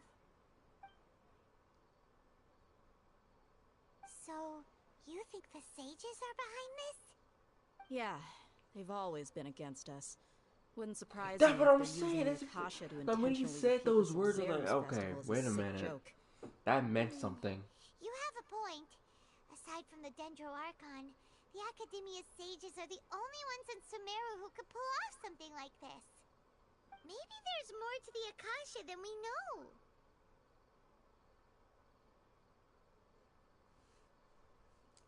I bet you're gonna say no. Didn't you awaken our memories using something that looked like a knowledge capsule?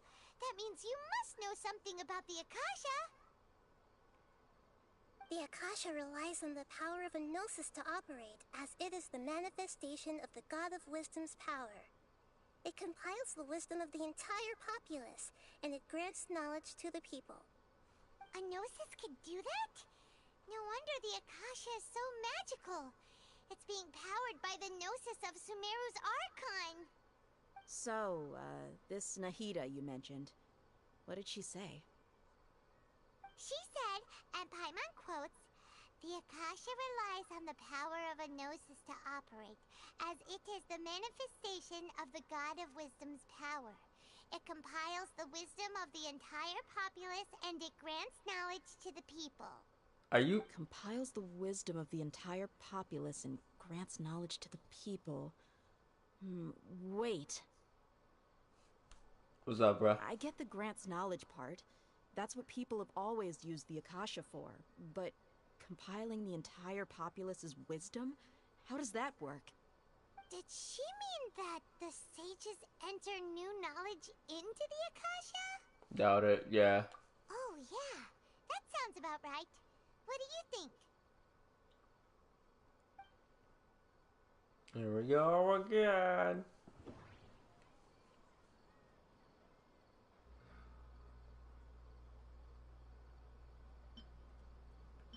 People in Sumeru don't dream. What a strange phenomenon.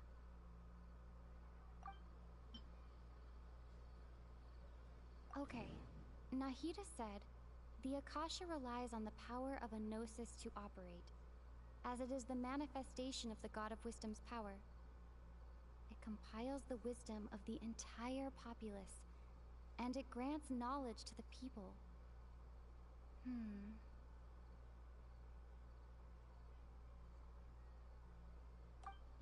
My mind feels exhausted, even though what's happening right now seems to have happened before.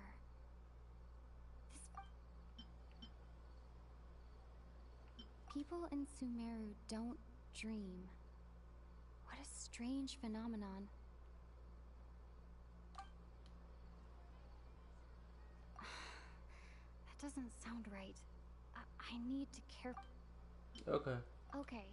Nahida said, the Akasha relies on the power of a gnosis to operate, as it is the manifestation of the God of Wisdom's power.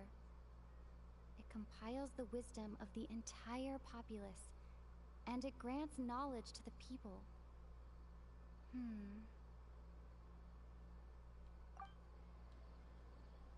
If it's not that one, I'm thinking it's abnormal mental fatigue. Yeah. My mind feels... Knew it. You mean the Akasha is causing our mental fatigue? Huh. Now that I think about it, my head's been feeling unusually heavy. When the desert dwellers set off on their quest for knowledge, a sage once said, knowledge always comes at a price. Compiling the entire country's knowledge. You think the Akasha pulled a 180 and is extracting information from us?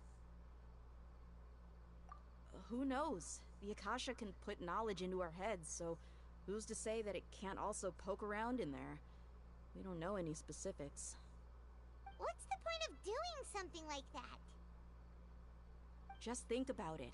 If you could combine the knowledge of every single person in Sumeru, then you can basically turn Sumeru City into a single massive brain. This hive mind could make breakthroughs in problems that even the smartest geniuses can't crack. An excellent deduction. And the analogy comparing Sumeru City to a massive brain? I love it. In that case, we should take off our Akasha terminals right away. Maybe that'll solve this problem.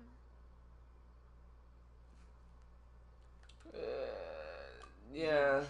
I was only wearing this for show in the first place. Didn't expect the sages to cook up such a conspiracy.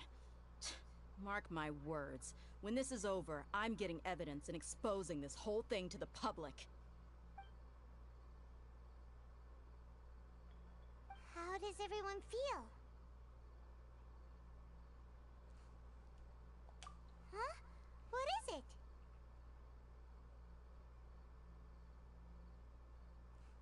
Feel like at the end of every day, there's always something. Yeah! It's a single soft beep that sounds like it's coming from the Akasha terminal. The sound of a beep. Could it be a prompt tone for when the Akasha is operating? That's probably an important clue. We weren't using our terminals, but we heard a beep anyway.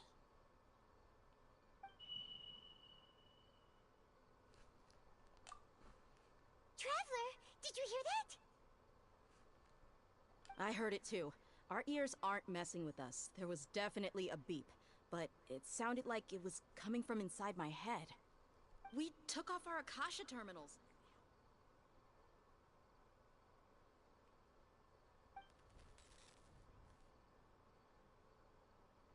Phase runtime has exceeded its expected length. At this rate, there may be casualties. But we cannot lose all of our progress. These sick, twisted people.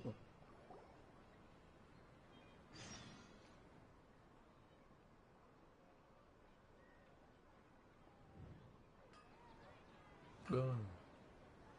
Gone.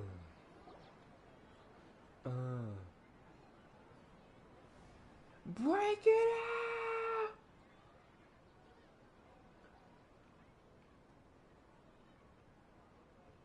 Paimon remembers everything! Good. You adapted quickly this time. Banana last night. Took off our Akasha terminals last night, but we still heard that beep. Why is that?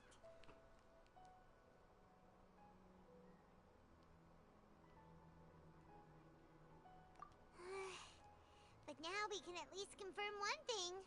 The Akasha definitely has something to do with whatever's trapping us in this cycle. Oh, Paimon doesn't get it. Why would the Akasha go this far if all it wants is everybody's wisdom? I feel as the Vatui's up to something. It's extremely difficult for lab rats in an experiment to understand why they're being treated the way they are. If we're lab rats, then what are you?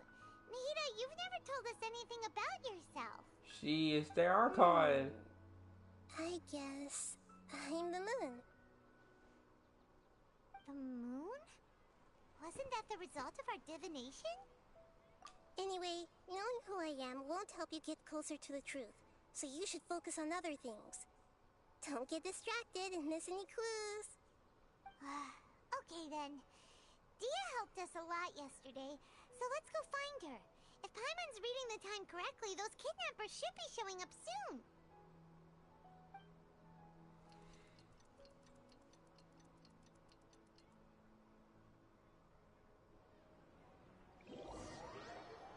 I like how they're using art this time. This is so good. I like this.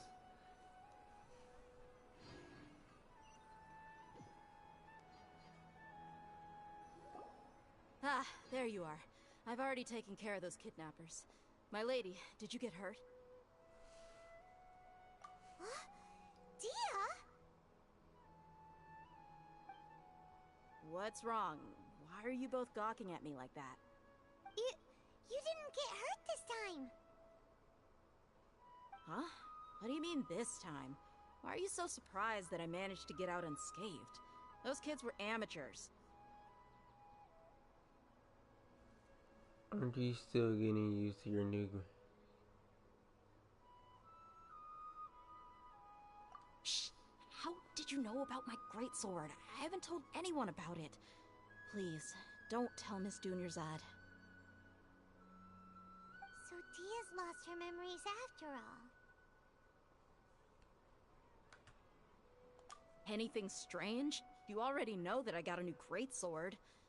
If I had to say something, it's weird how such a new weapon could feel so familiar.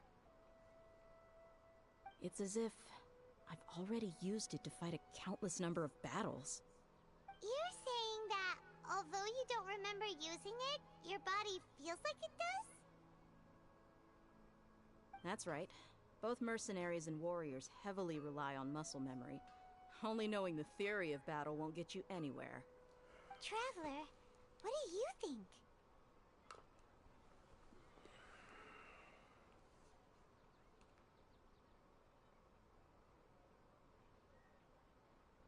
Yeah, Paimon's feeling really hopeful.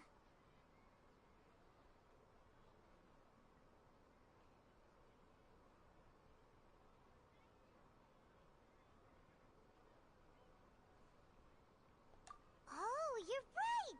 Earlier in the Samsara, something like this would have never happened.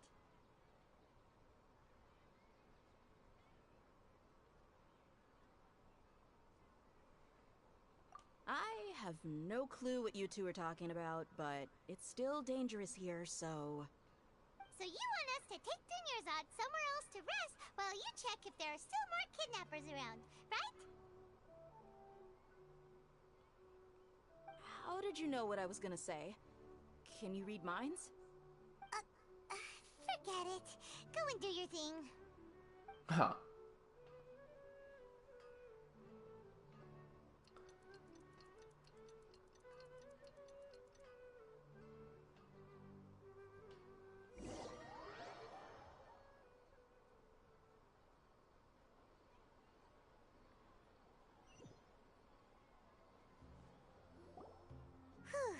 It's finally nighttime. Aside from Dia not getting injured, everything seems to have stayed the same. Listen, Nahida, we found out that Dia got out just fine today, even though she got injured every other time she fought the kidnappers. Do you think the Samsara has been broken? Have we saved Dunyarzad? No. Really? Good job on all that progress. Get some good sleep tonight. Hey, what kind of an answer is that? No. Take Tomorrow that. will come. Everyone assumes this is common knowledge, but the only way you can know that for sure is if you experience tomorrow. Exactly. How many todays has it been? Is it possible that today will be followed by yesterday? Does tomorrow truly exist as anything beyond a made-up concept? It's even possible that this entire world is a lie, and the history of the whole world has just been one endless Sub-Zero's festival. Okay, no more. Paimon's brain is already shut down. That's why it makes no sense to waste your energy thinking about things you will learn tomorrow. Get some good rest. You know, use the bathroom and flush your anxiety dookie away. Anxiety dookie. What did you just say? Did Paimon hear you correctly? Yes. Huh? People always say they feel a sense of relief after they take a duk-duk. Oh my god, why are we talking about doo-doo? Is that so strange? It's so strange and so against common sense that Paimon's at a loss for words. We're going to get some rest now. I don't want to talk about this shit anymore. Yeah. Even though it's happy and lively at the Sub-Zero's festival every day, it feels like it's been a long time since we've really gotten to relax. Let's go back to our room.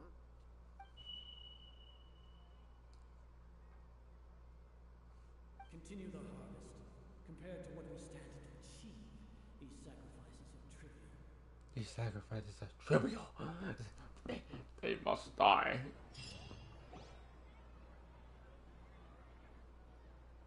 We're still in the same day. I just put this not as simple as we thought. Yeah, that's what I'm saying. You already knew last night that we didn't break out of the Samsara? Why did you tell us? Would there have been a point? You would have spent the night with new worries, with tomorrow still out of reach. In that case, you might as well rest within that brief moment of hope. An opportunity like that doesn't come by often, and I thought it might help you clear your minds. Paimon thought the Duke did that! Whatever. Guess you were looking out for us after all. Of course. In the time we've been together, you two have been everything to me. Paimon's flattered and everything, but maybe you're taking things a little fast. What I mean is, even though I had asked you to solve this puzzle, you two are still the only ones who can see me and sense my presence. In other words, if you weren't here, I may as well not exist. That's why you two have been everything to me. Get it? Nahira's talking about confusing stuff again. The world Anyway, forgive me. that's enough chit-chat. That's what she So, meant. Traveler, did the new clues yesterday help you gain a new understanding of the situation? Huh? Why are you scrapping your previous theory?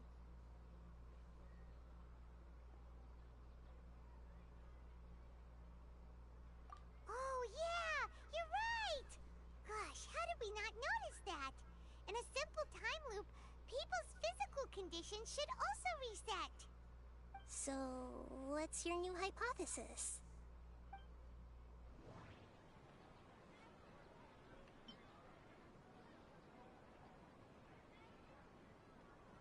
Mercenaries rely heavily on muscle memory.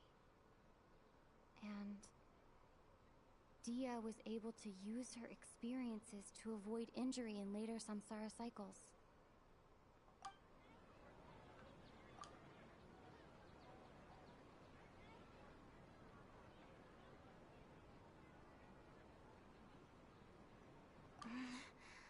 I can't seem to cohesively piece everything together.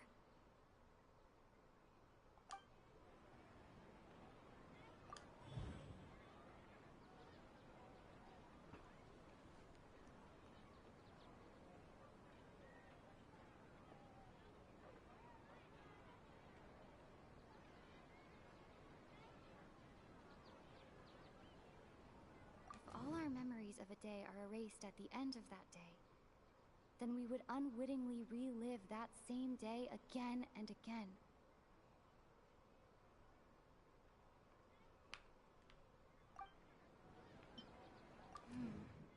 The beep is a prompt tone for Akasha operations. We still hear it every night, even though we removed our Akasha terminals.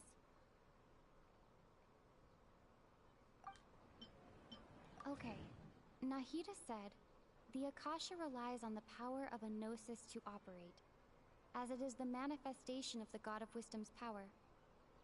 It compiles the wisdom of the entire populace, and it grants knowledge to the people.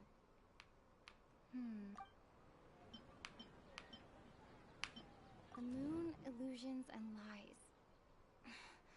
What do they all mean?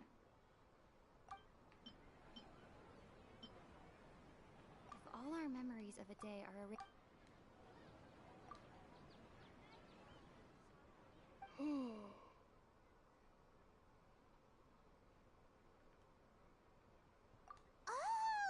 Then the beep we hear every night could just be indicating the deletion of our memories! That's why when we wake up, everyone thinks the Sub-Zero's festival hasn't happened yet! It's already the next day, but everyone still thinks it's the day before!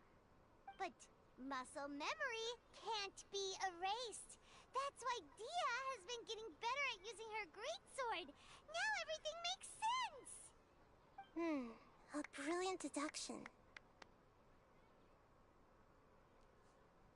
Nahida, tell us if we're right or wrong. No, I can't do To that. put it simply, it's as if you've mistaken a pyro crystal fly for a firefly in the night. You lost sight of its true nature because you focused too much on your perception that it glows. That isn't simple at all! Why don't you go talk to Miss Dia again? You might learn something new. Okay. Right! She did help us find our latest clue after all. Let's go!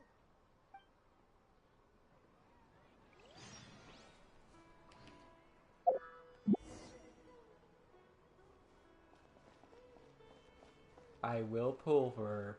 I will pull for her. No doubt about it.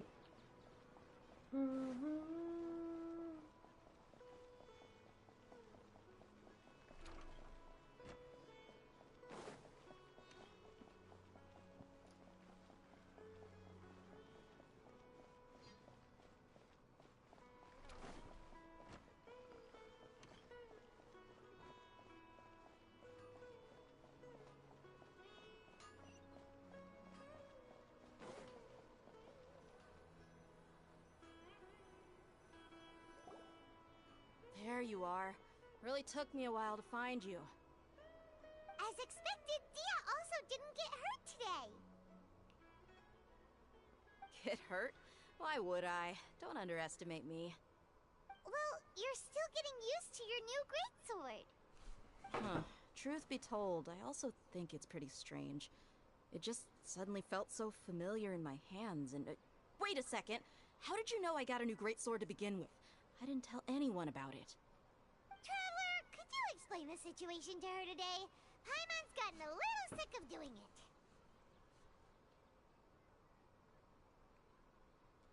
Oh, that works!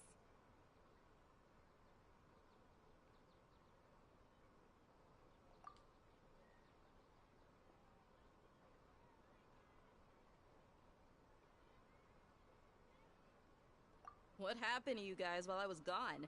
Did you get brainwashed by some cult? Don't think too hard about it. Just take what we're saying at face value. Alright then, let me get this straight. You're telling me that my body's already gotten used to this great sword, but my brain just doesn't remember it? Yes, your memory's being erased every day. Then I'd have to disagree. That's impossible. Oh? Why do you think that? If we've actually been reliving the Sub-Zeru's festival day after day, then what happened to the things we used, the money we spent, the food we ate? Common sense says my wallet should have emptied itself a long time ago. There's no way I wouldn't have noticed that.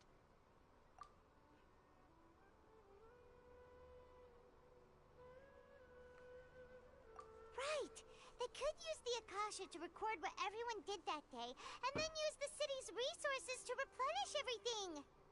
It's not very likely, but it's also not impossible. No, it is impossible. I've got proof. You have proof? Where? You two are surprisingly serious about this nonsensical discussion. Fine, I'll play along for a little longer. Come with me, Miss Dunyarzad. Please come along as well. I still can't guarantee that this area is safe. See? Things are changing. Paimon can't believe it's Dia who wants to show us something this time. 2 days ago, we were the ones taking her to see Dunyarzad.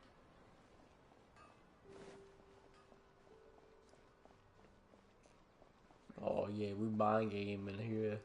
This whole story been a whole mind game, bro.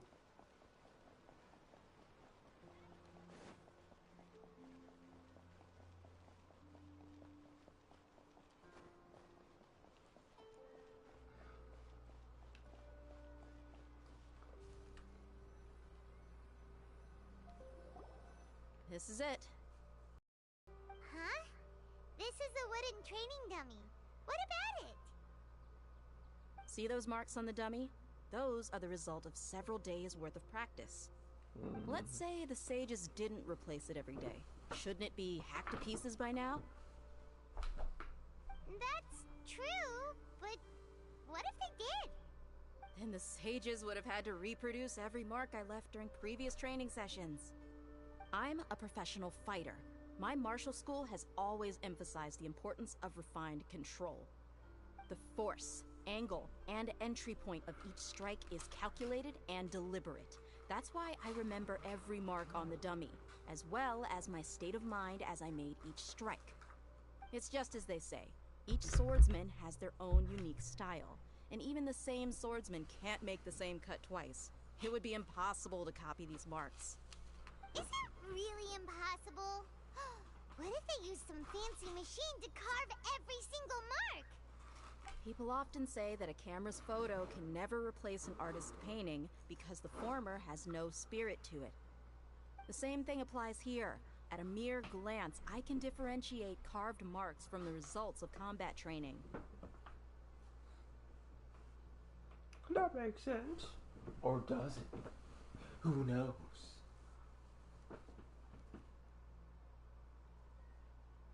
Whew.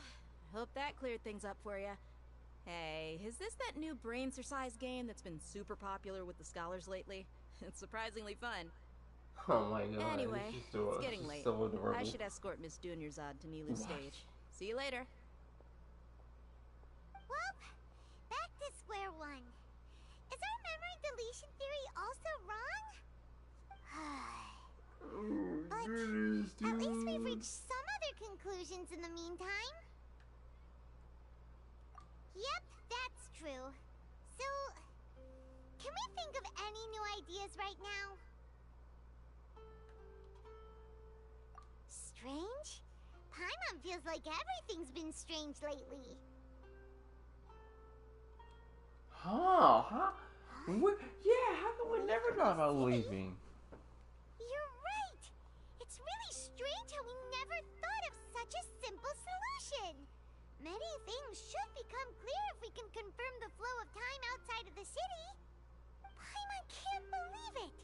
Did we miss this because we're tunnel visioning too hard on our other theories? Or because we're just too tired?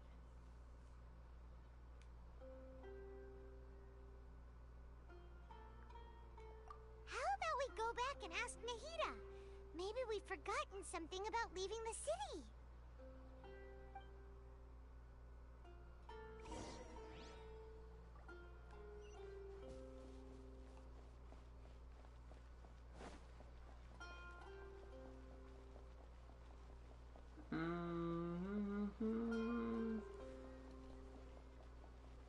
Oh wow, we're actually gonna what the fuck? Okay, we're just gonna pretend we didn't see that. Nahida, we're back! You're back early today. Did you find something new? Sort of. We're mostly sure now that we're not in a time loop. And we also aren't in the real world. But at the same time, we have a new question. Leaving the city. As far as I remember, you've mentioned your plans to do that twice before. We did? But we don't remember anything.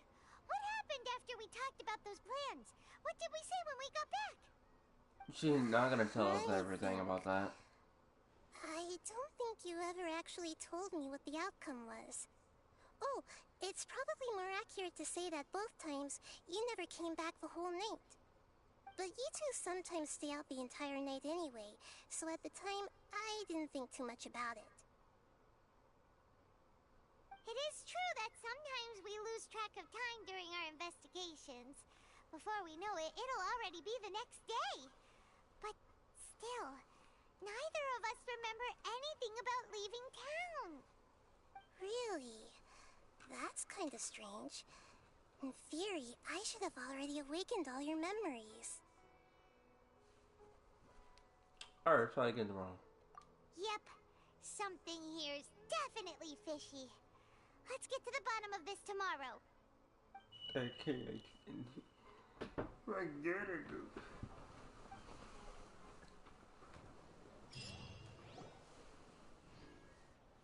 Our memories are back!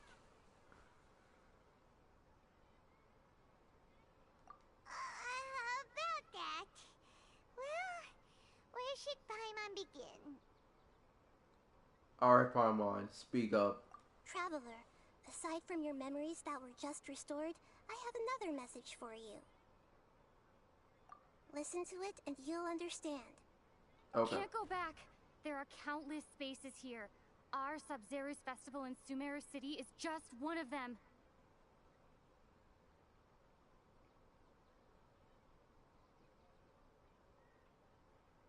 Traveler, you should be missing 2 days worth of memories. Paimon will fill you in. 2 days ago. What? It's time to carry out our plan from yesterday. Okay, let's go.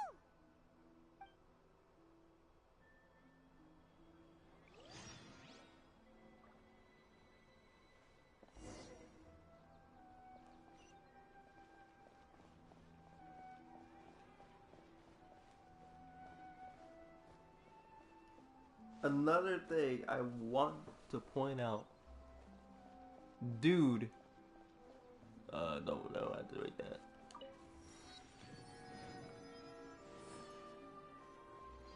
Dude, we're hearing Lamine more. Why can't we leave the city? What is the academia up to now? Don't ask me. It's not like I can tell you anything. This is a direct order from the Grand Sage. Just wait until tomorrow. Oh my god. Emergency. My goods have already arrived at Port Ormos. If I don't hurry, they'll be stolen. That's your problem. Make sure you make a request in advance next time. But it's not like you can just predict business matters in advance. It looks like the Academia already announced a lockdown for Sumeru City today. How completely unsurprising. Let's go and question them. Hello, sir. Why can't we leave the city today? Here we go again. Don't ask me. I don't know either. We just received an order that no one is allowed to enter or exit Sumeru today. They didn't tell us anything else.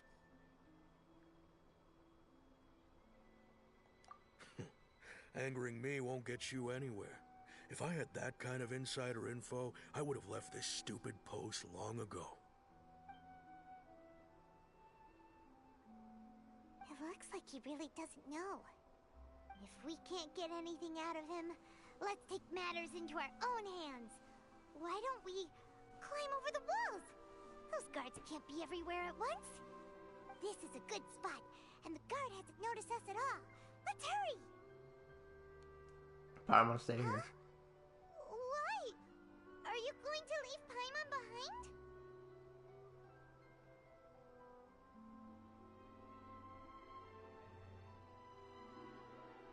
But what if things get really weird out there and you get into some trouble? Then Paimon won't be able to help you. Oh, Paimon can't do much, but we've always been together, haven't we?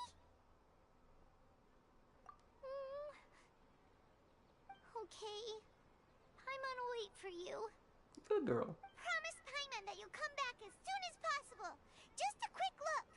Okay, fine, dang. Be careful.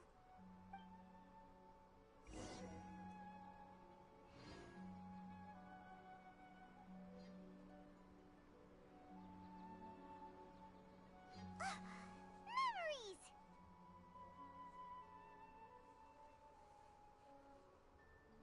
Traveler!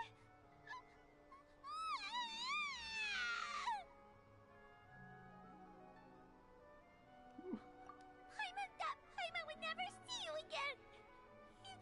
You just disappeared! Paimon waited for you for hours and hours at the city wall and you never came back! You promised Paimon that you were only taking a quick look! Paimon, calm down. She's here now. I don't think she understood what you were saying. Paimon doesn't care! Paimon wanted to go look for you, but you also said that Paimon should stay! Paimon was so worried and so scared the entire day!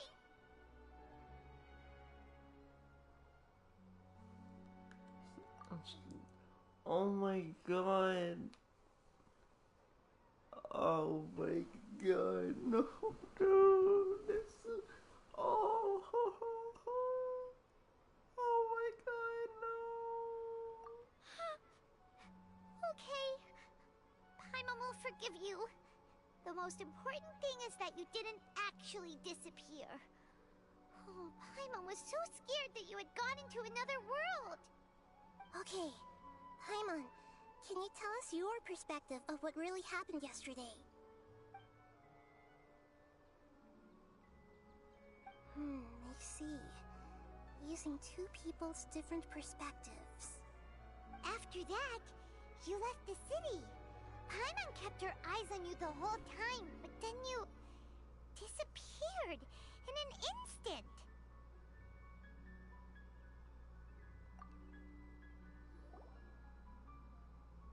No way! Paimon was watching you with the fullest attention. What's your perspective, Traveler? You sure you don't have any memory of this? I guess that explains everything. You also lost your memories the last 2 times you tried to leave the city. Those days' memories can't be awoken.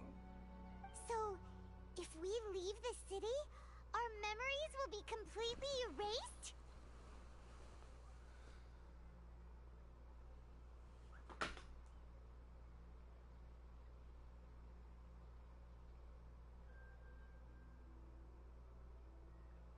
It really sounds like something big outside of the city is being hidden on purpose. But this way, we'll also never discover what's outside.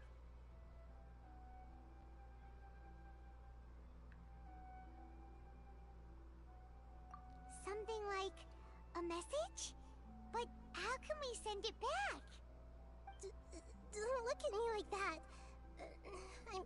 I'm not used to being stared at. Well... Okay. You want something that can pass on messages, right? Give me some time and take care of Dunyar's out for me. Okay. Yep, now we're talking.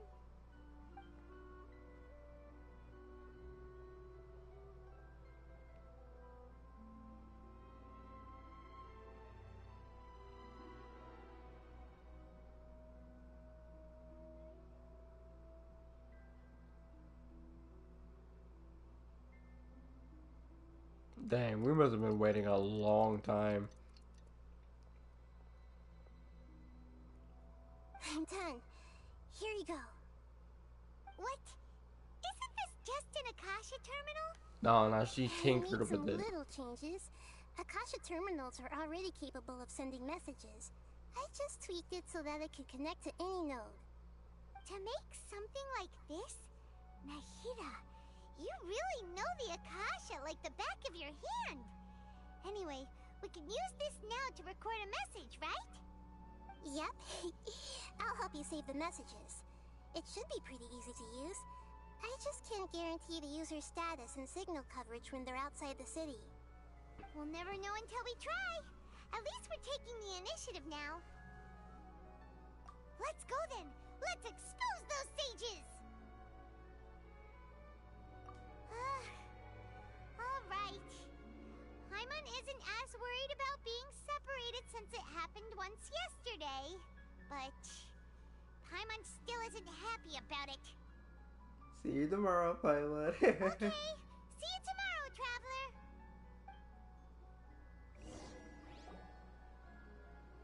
That covers everything that's happened so far. So that message was that. Yes. Although the signal was choppy and had some interference, we still managed to receive 2 messages from you when you were outside. Okay, now that you understand what's going on, let's hear the messages together.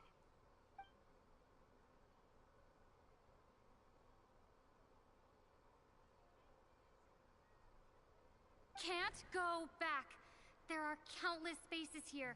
Our Sub-Zero's festival in Sumeru City is just one of them. I've entered another space. Before me are flowing sandstone and howling fish. Impossible and surreal sights. All these spaces are empty, except for the occasional ones that contain mute puppets rather than people. I can't sense any human presence.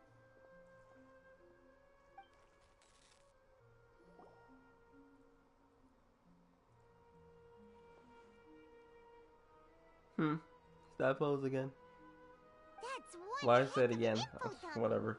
It sounds like you left the Sumeru city space when you set foot outside of the walls. But everything looked completely normal when Paimon was looking out from the inside. That's unbelievable.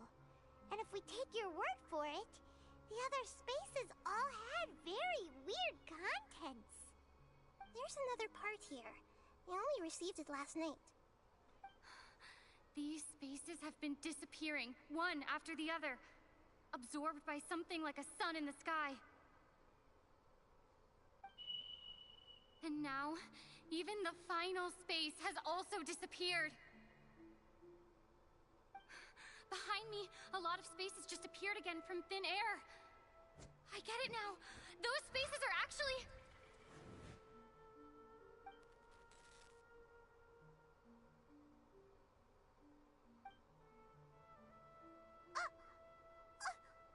Why did the message end right there? What did the Traveler want to say? What are those spaces?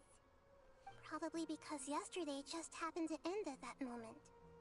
Oh, right. Paimon did hear a beep from the Akasha. Did it come from here or from the message? The message. It should have come from the Traveler's Akasha terminal. After the beep, Traveler said even the final spaces also disappeared. Traveler, what do you think that final space could have been?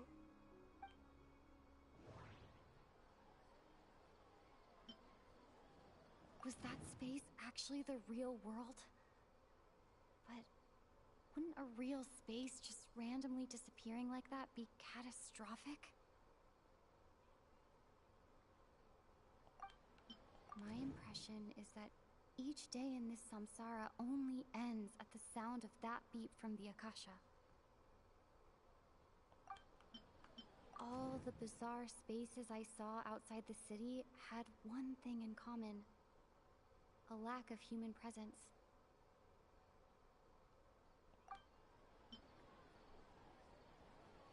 Was that space actually the real world? But that doesn't sound right. All the bizarre spaces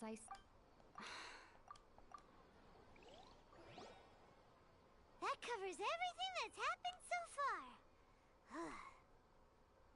Yes, although the signal was okay, now that you understand I've read what's Circle going so on, many times that I'm rushing it. Dude, I'm tired.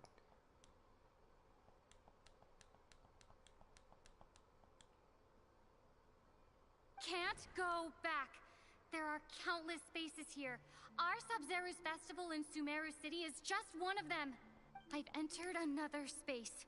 Before me are flowing sandstone and howling fish. Impossible and surreal sights. All these spaces are empty, except for the occasional ones that contain mute puppets rather than people. I can't sense any human presence.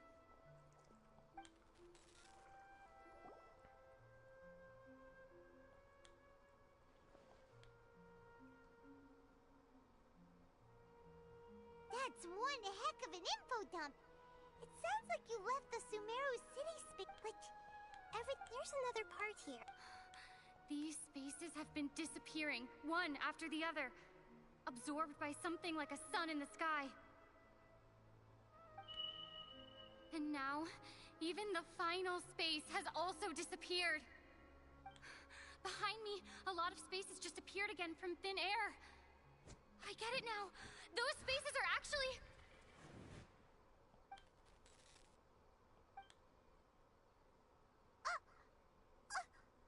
Why did the message... Probably because yesterday Oh, right. The message. It should have... After the beep, Traveler, what do you think that final space could have been? My impression is that each day in this samsara only ends at the sound of that. Oh, so that's what it is! After the sound of the beep, the final space, the Sub-Zero's festival, also disappears, and we're taken to the next day. Later on, Traveler also mentioned a bunch of new spaces materializing behind them. Do lots of new spaces appear every day? Paimon's head is spinning. Just what are these spaces anyhow? Well, consider this. For all the horrors of the Archon War, at its heart, it was just a game where a bunch of gods fought over 7 seats. So no matter how strange or spooky things may look on the surface, maybe all they point to in the end is a small and simple secret. Wow, the Archon War, huh? That's an analogy and a half.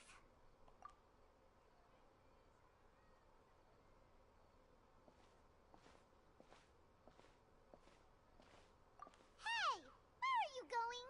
I'm organizing my thoughts.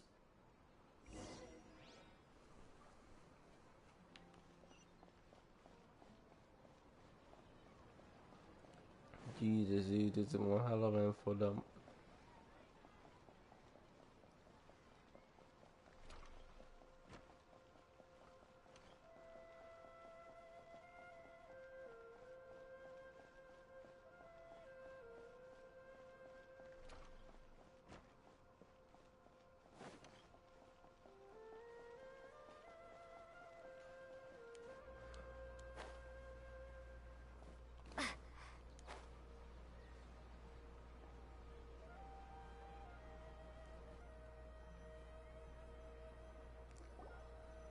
Do you want some alone time to think? Alright then, Paimon won't disturb you.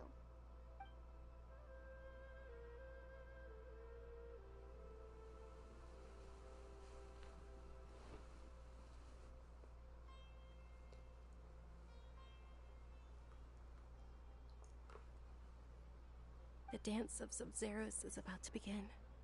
I'm going to go watch it. Okay. Okay. Why don't you go ahead, Dunyarzad? We still have some other stuff to do first. Okay then. See you later. Have you figured it out yet, Traveler? Time is ticking away. Awesome! What is it? Paimon wants to know.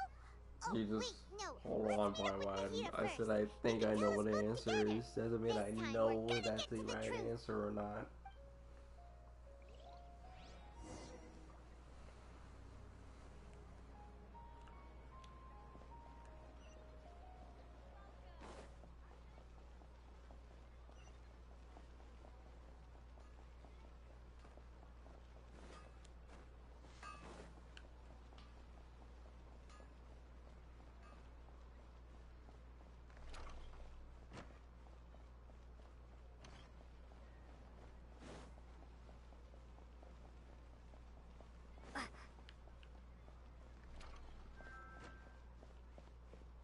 What the okay, appreciate the follow.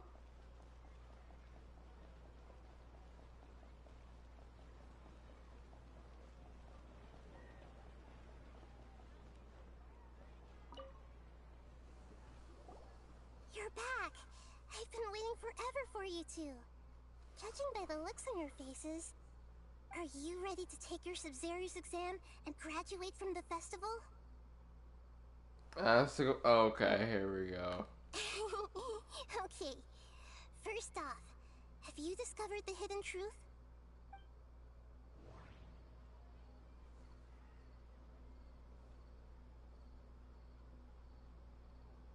Okay, Nahida said, the Akasha relies on the power of a gnosis to operate, as it is the manifestation of the God of Wisdom's power. It compiles the wisdom of the entire populace, and it grants knowledge to the people.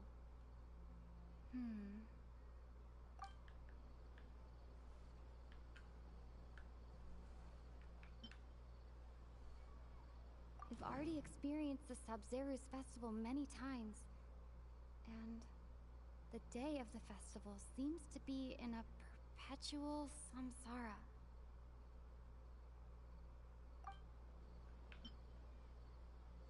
All the bizarre spaces I saw outside the city had one thing in common: a lack of human presence. Those spaces remind me of dreams, like the one I had in the Avidia Forest. Except these have no sign of human presence. The moon, illusions, and lies. What do they all mean?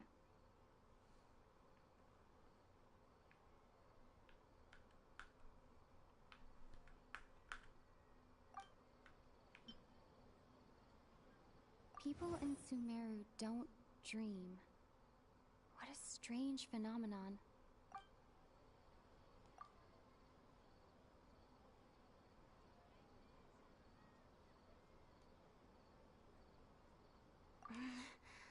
I can't...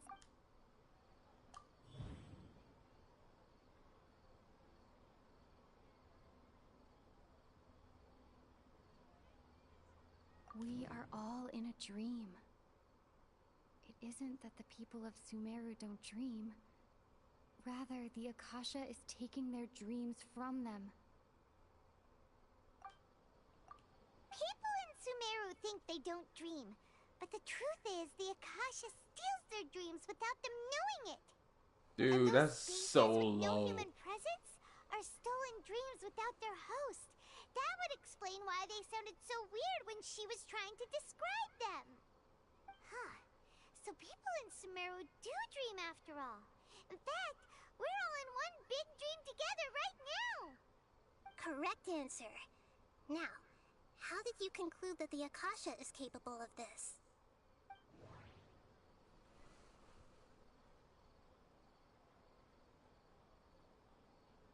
The Akasha relies on the power of a gnosis to operate.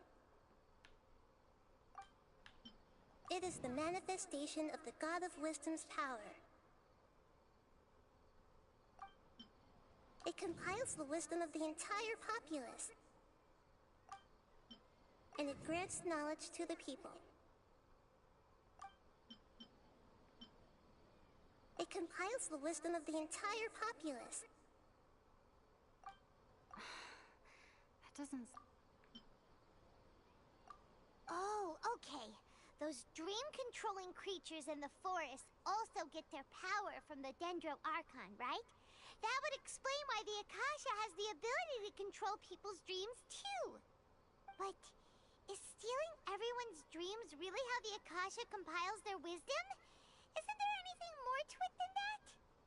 Dreams are fantastical, complex, and full of imagination. People's brains are the most active when they're dreaming. In other words, dreams are rich bundles of human wisdom.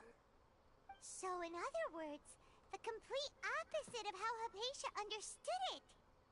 Paimon remembers her saying that the sages think dreams are foolish delusions, and the fact that no one dreams is a blessing from Greater Lord Rukkhadevata. So it was all a dirty trick? The real story is that the sages from the Academia are using the Akasha to steal people's dreams for their own use, huh? Yeah, so they don't understand that. Yeah, and how dare you steal my dreams, dude? How dare you? You're not allowed. You're not allowed. Oh? By the sounds of it, you understand the current situation pretty well. So then, what about the samsara?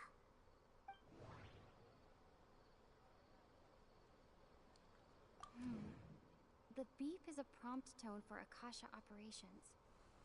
We still hear it every night, even though we removed our Akasha terminals.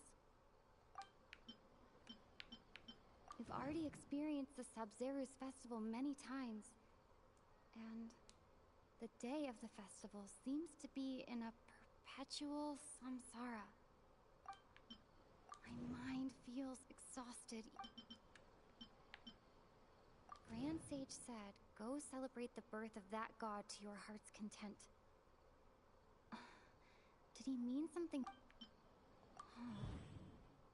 Those spaces kept disappearing before my eyes. But as soon as that beep sounded, many more spaces materialized. Those dreamscapes kept vanishing. But as soon as that beep sounded, more new spaces appeared.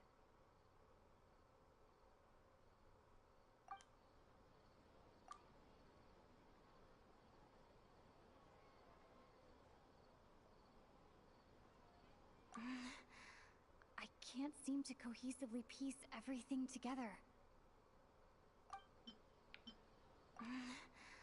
I can't.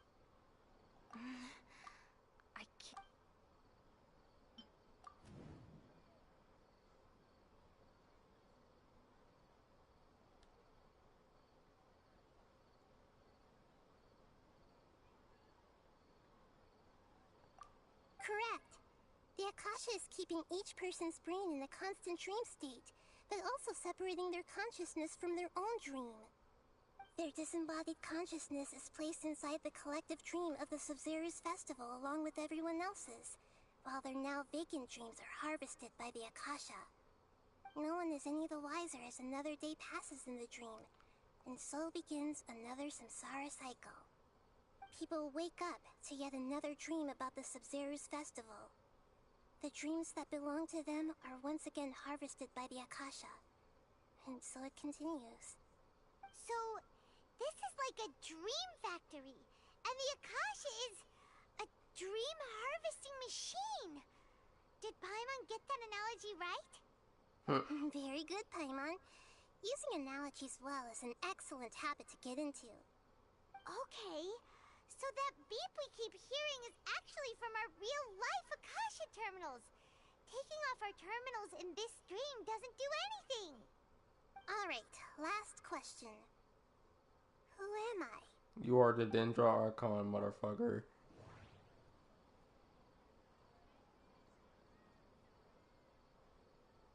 They say that alchemical divination is the Dendro Archon's divine revelation.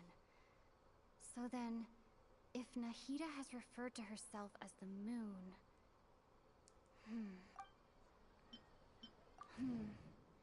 Now that I think about it, wasn't illusions hinting at the sage's deception of Sumeru's people?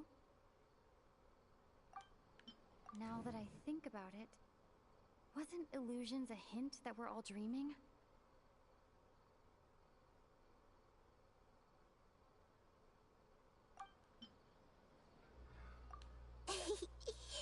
So you noticed. I'm like, no, hold on. We all knew that's what it is with Jesus. I thought that one would be the hardest question. That's why I put it last. No, because we've been searching for you this whole entire time. Paimon guessed that. Everything about you is different. We just didn't want to expose you is all. Now that you mention it, Nahida, you've been hinting to us since the very beginning. It's funny, thinking back to when we were asking all over the place for info about Lesser Lord Kusanali. Paimon didn't expect to meet you like this.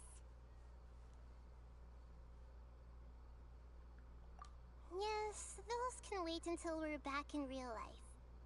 On the other hand, I'd be happy to answer any more questions you have about here and now.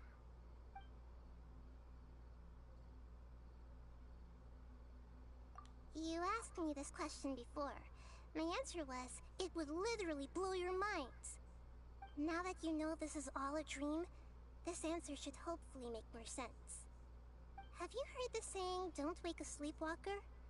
Likewise, if someone suddenly had told you all this instead of you learning it on your own, your notion of reality and dream would be thrown into irreversible confusion. I couldn't expose you to that kind of risk. That's why I could only give you very subtle hints and some suggestions. Long story short, I'm really sorry I had to keep you guessing. Makes sense. Firstly, this dream we're in is completely based on reality. People have already experienced this Sub-Zero's festival, so it would be very difficult for them to find anything that strikes them as surreal. Secondly, you're probably wondering why people don't have any memories from earlier samsara, right? That's because people don't remember their dreams most of the time anyway. And in any case, their actual dreams are being taken away from them by the Akasha. So whenever they wake up in this dream of the Sub-Zero's festival, they don't remember anything from their previous identical dream. That reminds Paimon. Traveler had a dream when we were in the Avidia forest, but couldn't see what it was about after waking up. Is that an example of what you mean? Yes. Only after receiving the blessing of Dendro can a person gain the Dendro element's dream-enhancing power. That explains the feelings of deja vu. Meanwhile, everyone else has no idea that they are in the Sub-Zero's festival samsara, while their dreams are stolen from them over and over again.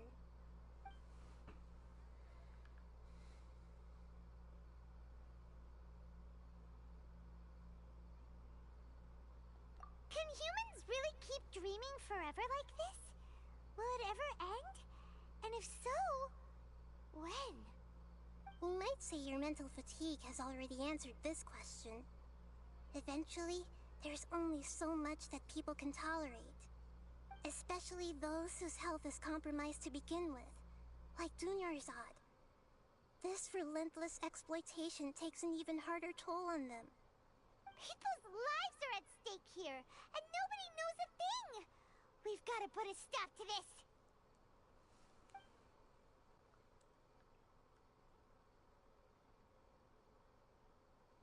I know, right?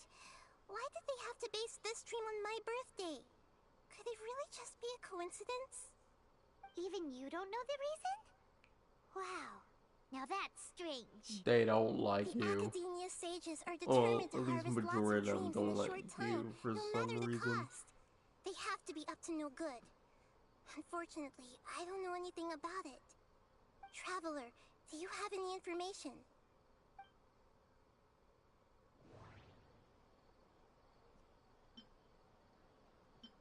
Grand Sage said, go celebrate the birth of that god to your heart's content. Of course, Celebrate the birth of that god?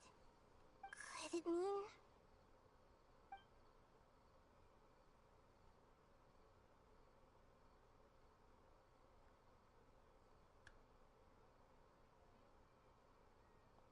deceiving the people of Sumeru with no regard for their safety.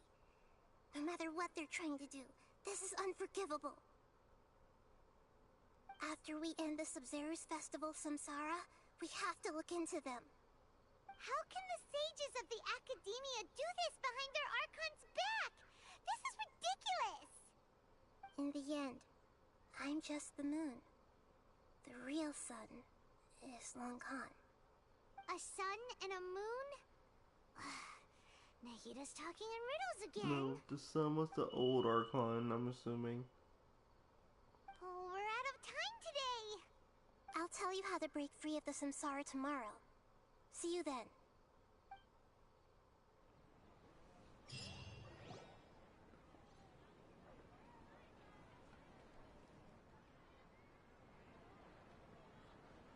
Good morning, Nahida.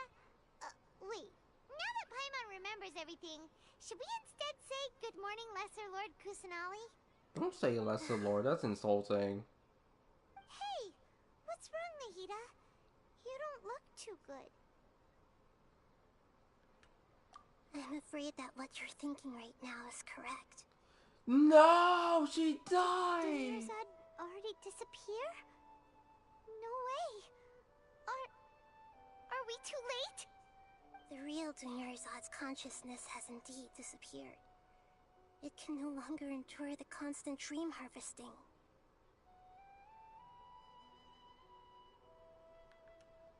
Yeah, damn! Wait, so what about that other Dunyarzad? Just what is she? Is she also going to disappear? She's actually something like a puppet, but not completely. The real Dunyarzad's consciousness could no longer keep playing her role in this dream. So another Dunyarzad appeared to replace her in the dream. Just like the grass and the trees, that Dunyarzad is just a building block of the dream that helps to keep it going. But personality-wise, she's nothing like the real Dunyarzad. Puppets are stiff, and can't copy a living person's vitality. After all, they're just there as filler. Filler. No, God, I hate that. Which, the old Dunyarzad might not have been too different from a puppet. Dunyarzad truly believed that she met you within her consciousness, and it was you who inspired her. So you do remember her after all. Of course she does. Yes. Back then, her family was overly protective of her. No one cared about her personality or thoughts. It was as if she only lived to stall her Elazar. I just gave her a little wisdom so she could look at life in a new way. So that she could be her own person. But even so, she still... I still don't want to. Far from it. I'm still a long way off from being a real Archon. I couldn't even save her. If I were a competent Archon, I wouldn't have let my most faithful follower die at the Subzerus Festival with so many regrets. Please don't beat yourself up over it, Nahida. It's the sage's fault, and theirs alone.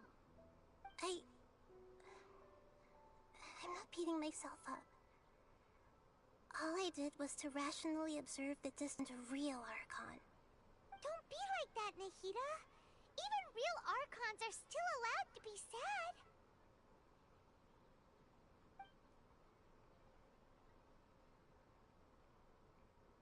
To prevent more tragedies like this, we must end the samsara as soon as possible. Great, but how do we do that? Although the Subzerus Festival dream is under the Akasha's control, only humans can dream. Even the Akasha is unable to create them. That means this dream belongs to a host who created it.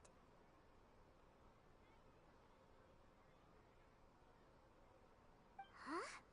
So, how should we find that person? Well, if this is someone's dream, then everything here must come from deep within their consciousness. Which means, with the power of imagination, they can change anything in this dream. Imagination? What do you mean by that? Brother. Imagination means breaking through what you perceive as normal. Like when a server at a tavern brings a plate to you, you'd naturally assume that food is on it. However, if you're the dream's host and you become aware that you're dreaming, when you imagine gold and more on the plate, the dream will respond in kind, and the server really will bring you gold and more. But right now, our host is unaware that this is a dream. No matter how many times they're served, it will always be food. Find some way to make that person realize that they're dreaming.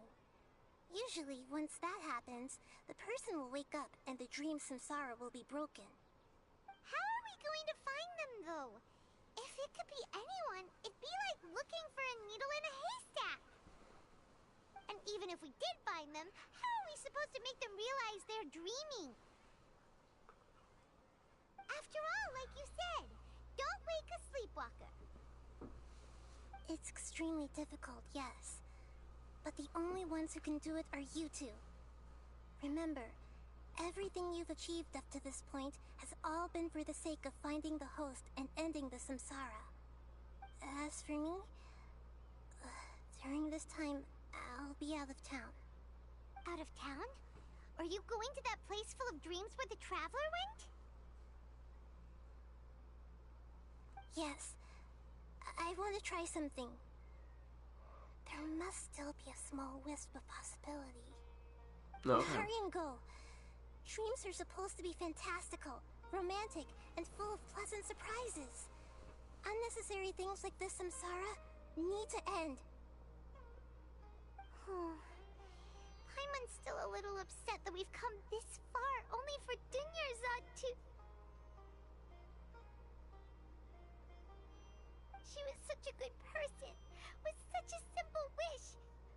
But fate was against her.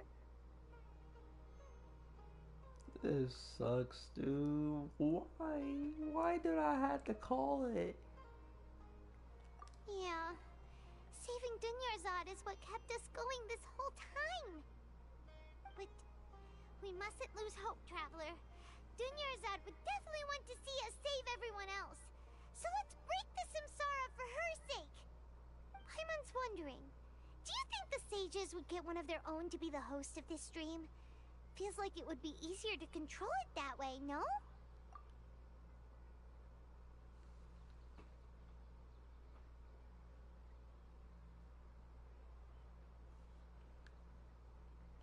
Huh.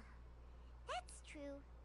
Plus, the sages probably weren't counting on there being other factors beyond their control, like Nahida and us. So, who do you think the host of the dream is? Oh, that would make sense. Ferris, the Knight of Flowers, is a symbol of the whole Sub-Zeru's festival, right? Pretty core character. Let's go ask him some questions, shall we?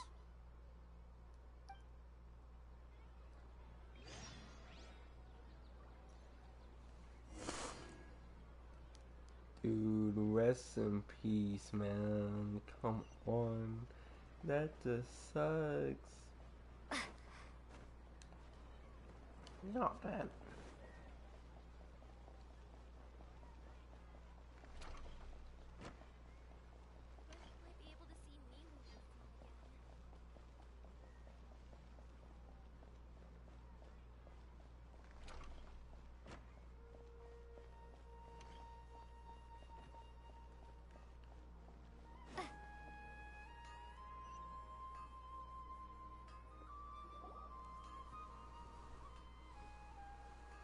You're back.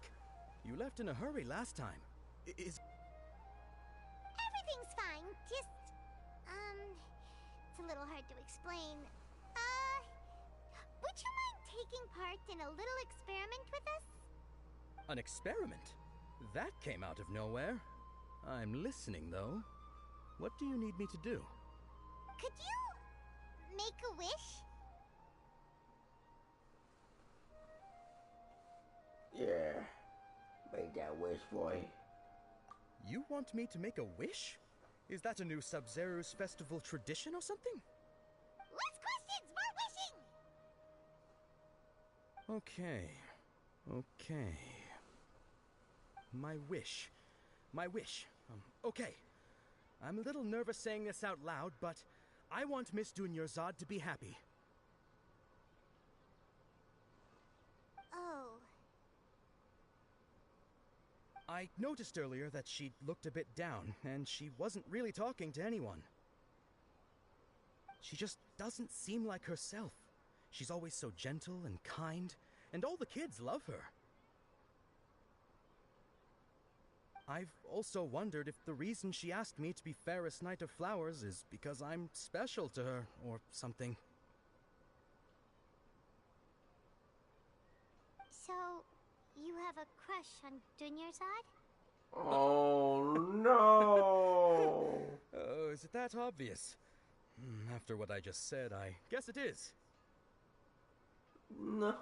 When she placed the hat of the Knight of Flowers onto my head, she said to me, I want everyone to have a happy Sub-Zeru's festival.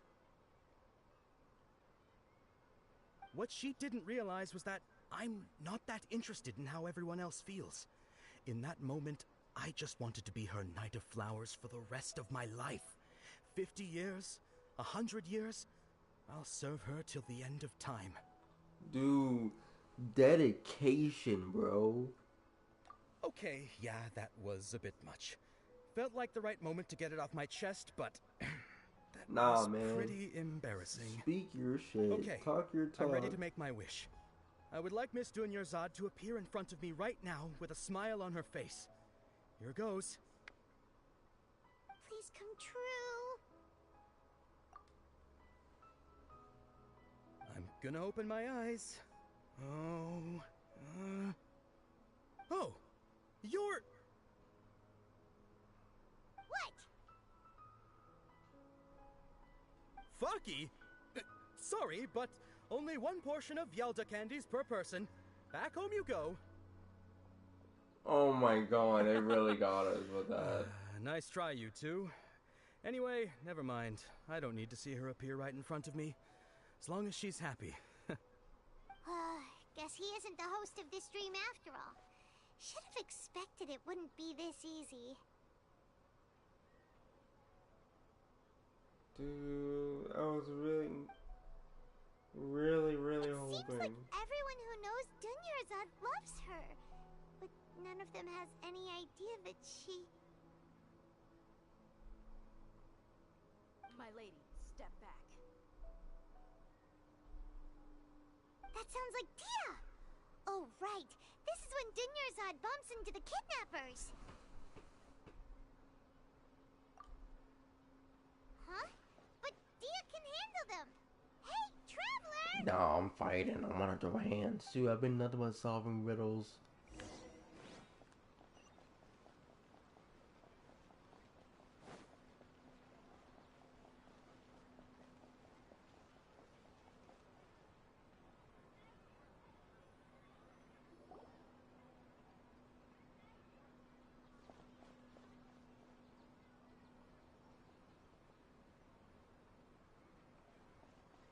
Oh, it's you. Great timing. Please take... Hey, this is my job. The homie Yannis pay me, not you. You... Fine, alright. Knock yourself out. Why are you so worked up anyway? It's not like I don't trust your fighting skills. Anyway, watch yourself.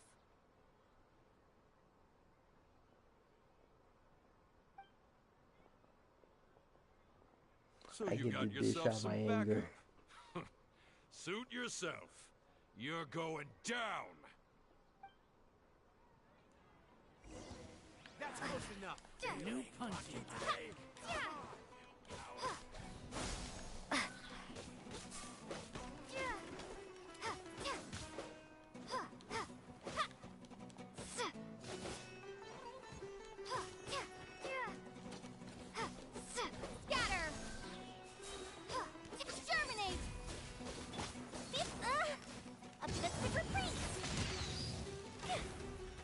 Lighter, please.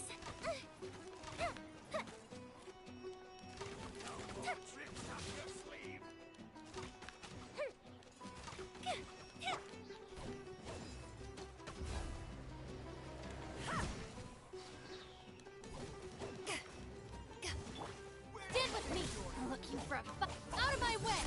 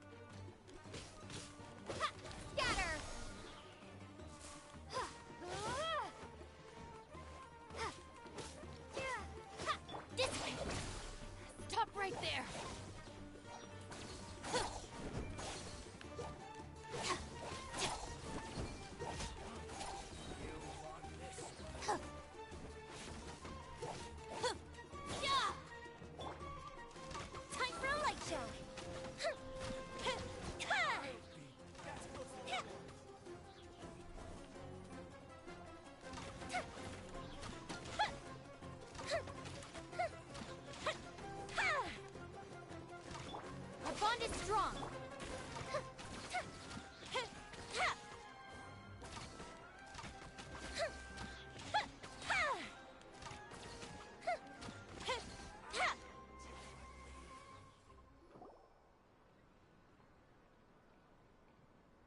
Traveler, were you just taking your anger out on those guys?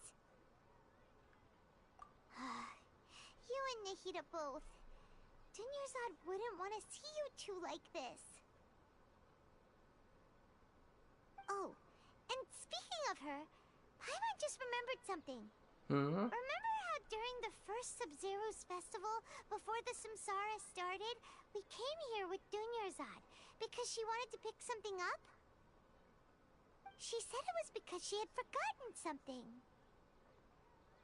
Yeah, Okay, she did, so and Paimon's we memory is never working so did far. get it. Anyway, Paimon also remembers that she is staying somewhere around here.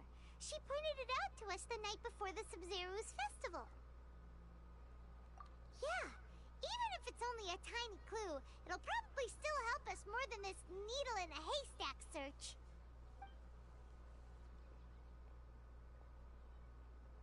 This is the place. It's rude to enter other people's spaces without permission, but desperate times call for desperate measures. Yup, I'm busted in. Hey, the windows are unlocked. Okay, Paimon's gonna take a peek inside.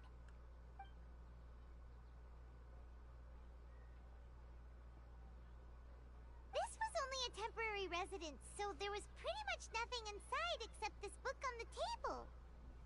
Should we open it?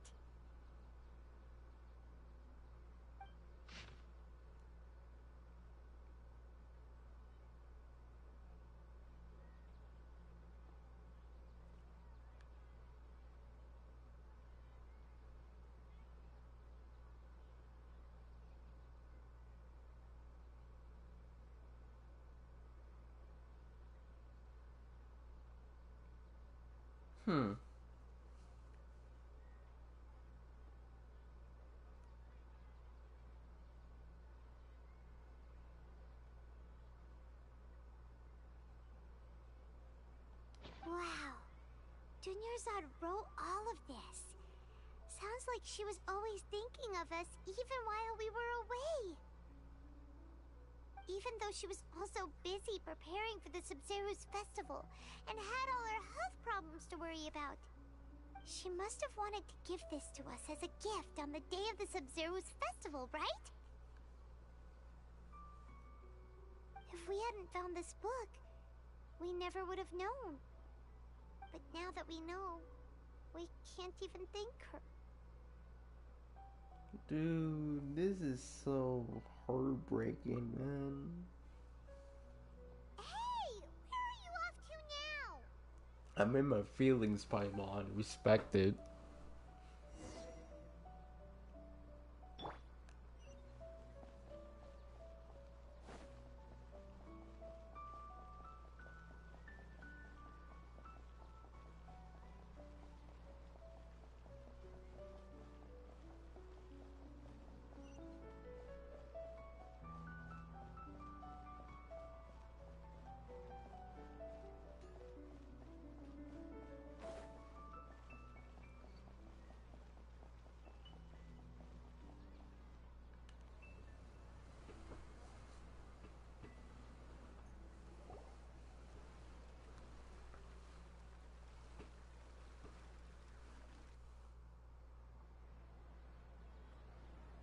It's Dunyarzad's puppet.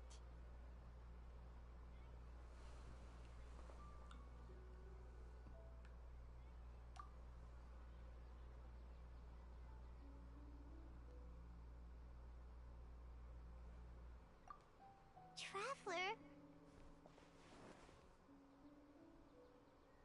You must be exhausted. I am, dude. Come to think of it, we've been stuck in this place for a really, really long time. Heck, even the last time we were chatting happily with Dunyarzad feels like an eternity ago.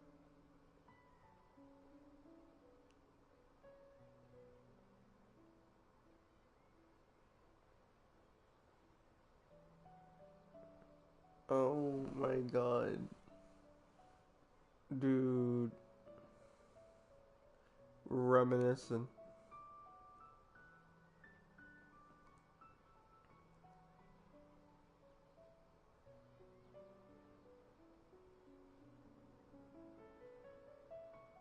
Paimon still remembers when we were sitting here, and the way her eyes sparkled when she talked about Milu's dance of Sub-Zerus.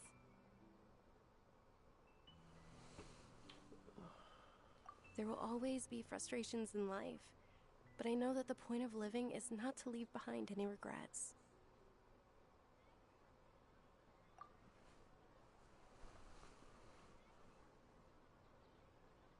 That was what the real Dunyarzad said, wasn't it? Does that mean... Yes, Traveler.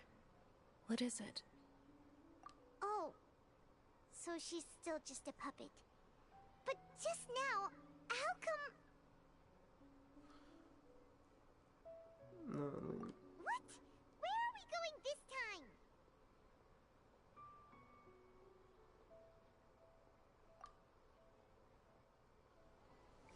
we're finally gonna see her dance, dude.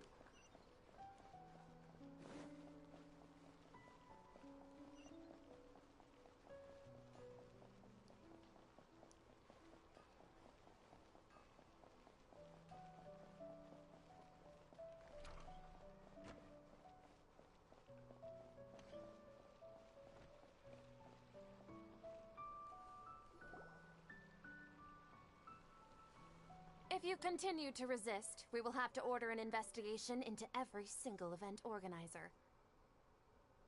The Grand Sage has already granted you much leniency. I advise that you exercise Dude, I should tact. punch the both of you in your face. How did things turn out like this?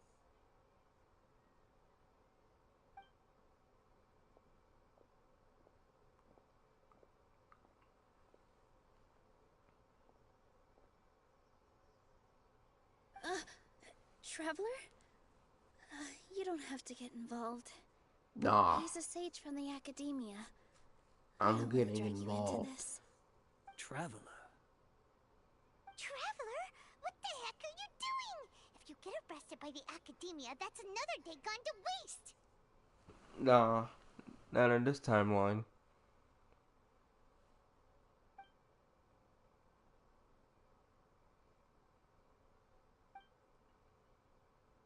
Wait, they're not reacting. Have they been scared stiff? They're all puppets. Oh, of course! If this is the sage's plan, they wouldn't put themselves through this.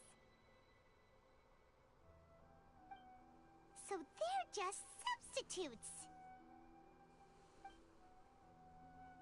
What is this? What happened to the Grand Sage and his entourage? Hold on a moment. Yeah.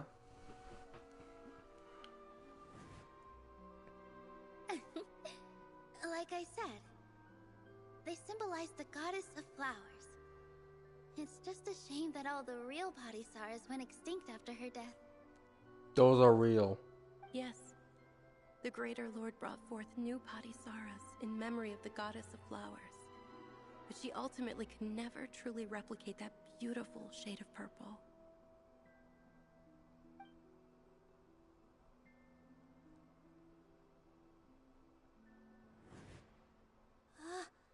That beautiful shade of purple.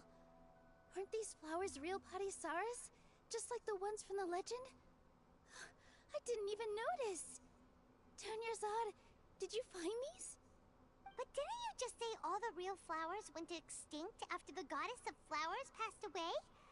So, how? Yeah. What's going on here? Close your eyes. Don't tell me she's the one that's... You guys are acting weird. But okay, I'll try.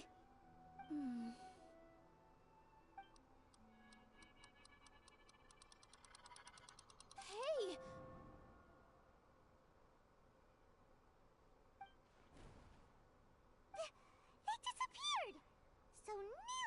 host. What a surprise! Wow. Purple body Saras don't exist in the real world anymore. But in Nilu's subconscious, they can appear as decorations on the stage. It's just like the example Nahida told us. People assumed there will be food on a plate, and Nilu assumed there would be real Padisaras in the flower pots.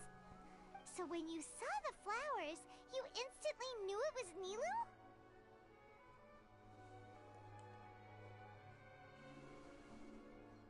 But if we want to end the samsara, we need the host to become aware that they're dreaming. How should we make Nilu realize that? Am I dreaming? Oh, well, that was quick. So I'm right.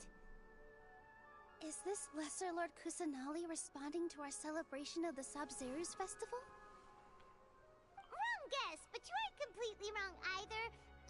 The point is, what made you think this is a dream? As far as you know, people in Sumeru don't dream, right? Yeah, but have you heard the tale of the first sage? To prevent a calamity, he went on a journey to find the Dendro Archon. Ooh, sounds familiar.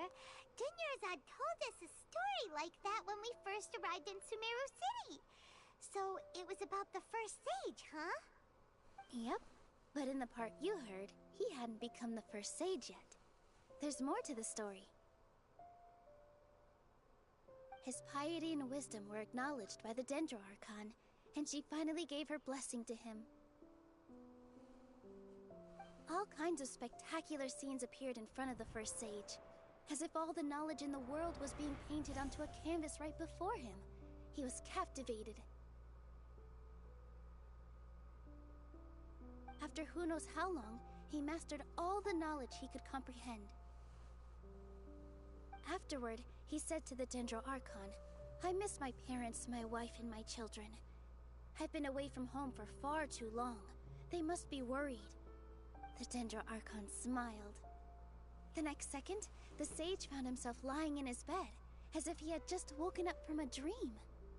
His wife, lying next to him, said, "You're off to search for the Dendro Archon today, aren't you? Have a safe journey, my love."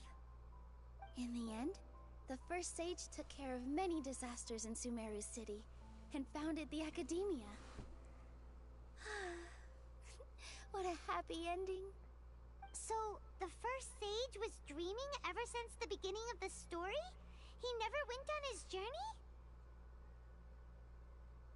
Yes, but his faith and determination were conveyed to the Dendro Archon, so she blessed him in the form of a dream. Paimon understands where you're coming from now. That's a really interesting connection. But we really gotta wake up soon, like the sage in the story.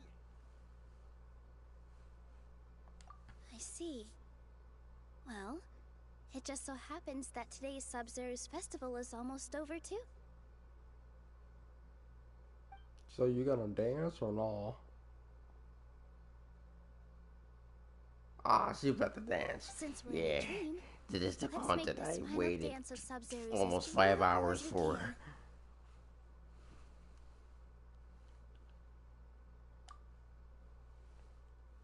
Hit me with that big cutscene budget.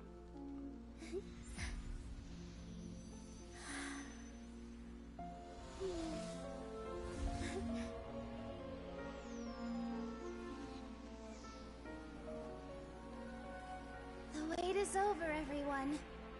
I dedicate this to our god, the dance of Sub-Zerus.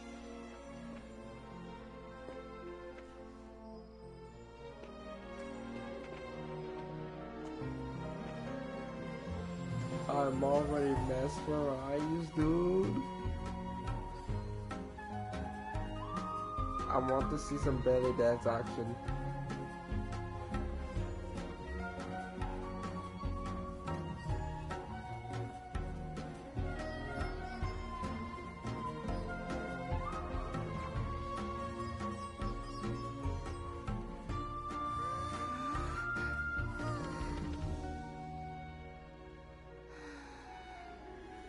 I'd be lying if I said I had no regrets. I would have loved to see Nilou's dance.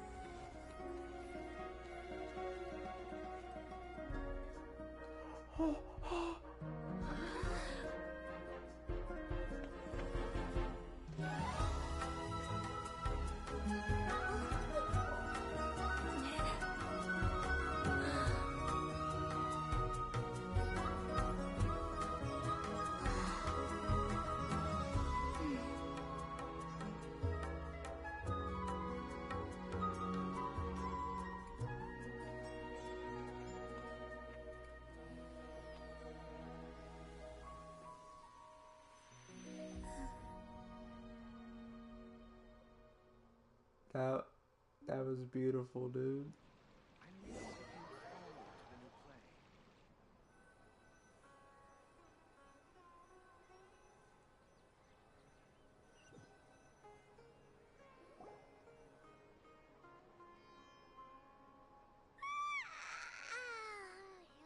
Good morning, traveler.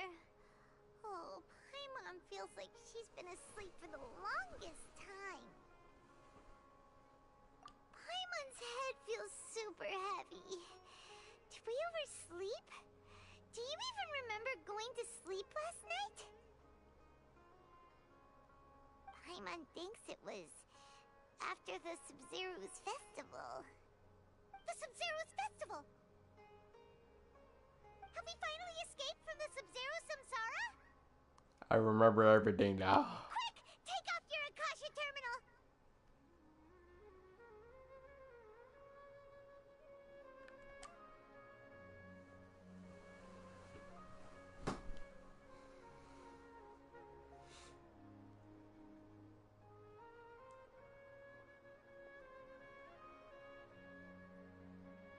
She's not in her room. What happened? To the usual spot. What usual spot? How did you? Never mind, not the time.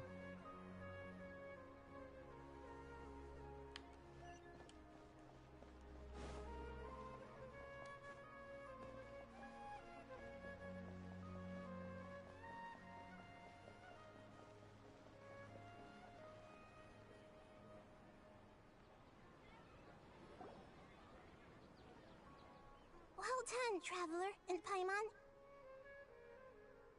Catherine? Thank you, Dunyarzad, for organizing the Sub-Zero's festival for me. I'm sorry, who are... Dunyarzad! You're okay! Oh, don't scare us like that! Oh, thank God. Thank God, dude. Oh, Traveler Paimon. I have something amazing to tell you. I just had a dream, and I saw Nilou performing the dance of Sub-Zero's. Dude, we were there. We were there. Oh my God, that's how it ends?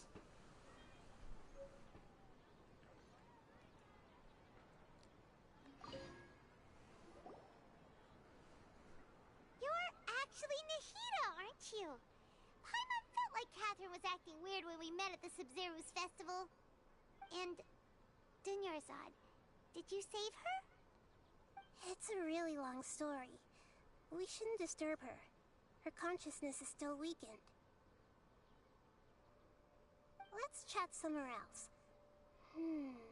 How about by the Traveler's favorite bench? What? I have a favorite bench?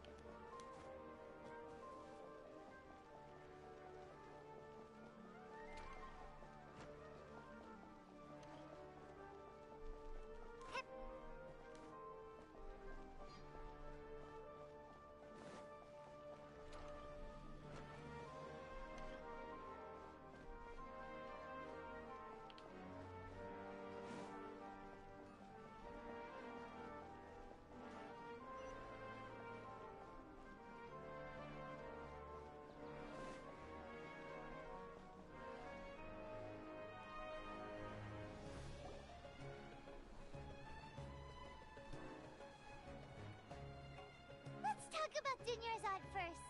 It's such a relief that she's alright. After we parted on the last day of the Sub-Zero's festival, I left the city and saw what the traveler had described.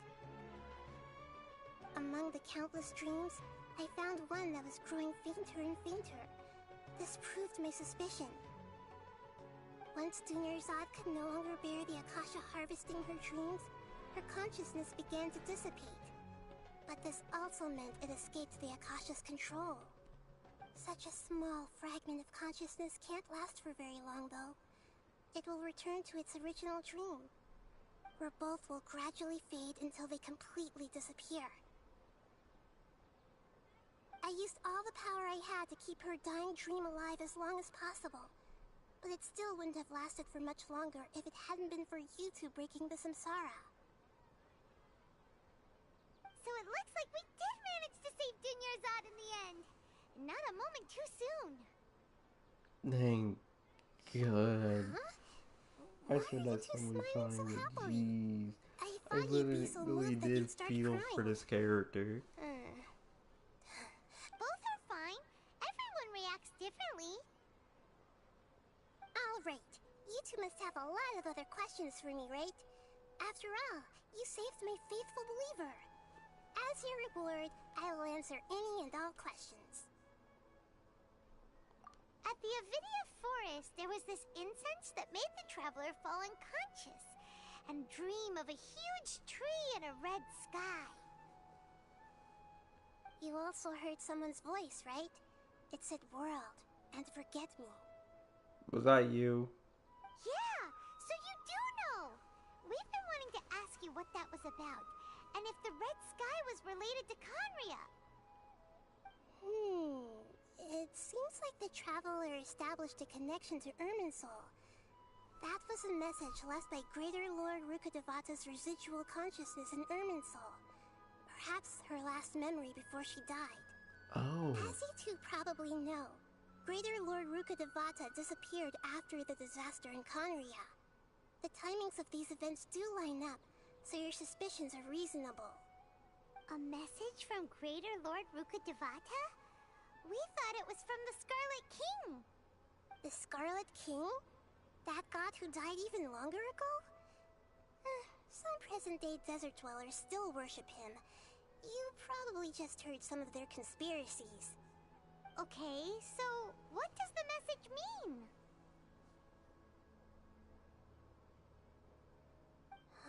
I still haven't managed to decipher it. Even the Akasha isn't currently capable of doing that. Greater Lord Rukkhadevata's residual consciousness in Irminsul seems to be contaminated with something that has a very dangerous aura to it. Fatui. Many Fatui devoted scholars freaking go abyss. mad as soon as they connect their consciousness. I've warned the Academia about this many times, but people still keep falling victim to it. But I believe this is the key to saving Irminsul. That's why I've kept trying to decipher it. So the tree in the vision was Irminsul? Oh, Tainari also said that Irminsul is sick! Is it because of the contaminated consciousness? But even if you can't figure out what that vision was all about, it seems like our search for you was all in vain. The traveler wasn't affected after coming in contact with that consciousness. I've never seen anyone like that. With you here, we may have a chance at deciphering it. No, we must decipher its secrets. I've already eliminated all other factors that might affect Irminsul. This is the only one left. Well, we gotta wait for 2 weeks. I mean, not 2 weeks. It could We gotta wait until 3.1. To be accurate, I'm using the Akasha as a medium to occupy Catherine's consciousness. Oh. How did you do that? Poor Catherine. Does this mean you can also occupy other people's consciousnesses? Theoretically, I can enter anyone's mind as long as they're wearing their Akasha terminal. The Akasha is the legacy of Greater Lord Rukkhadevata. As Lesser Lord Kusanali and the first Akasha terminal, my consciousness has always been linked to the Akasha. I've always respected my people's free will, so I've never actually occupied their consciousness. When necessary, I just borrow this bionic Snezhnayan puppet. Hold on. Did we just learn some deep, dark secret? So Catherine is... No. Wonder Paimon felt something was off about her. It was her the entire What about time. your own body? Why do you need to borrow other people's? Don't you live in the sanctuary of Surasthana? That story begins a long time ago. After Greater Lord Rukkhadevata disappeared, the sages found my newly born self and took me back to Sumeru. At that time, I was young and weak.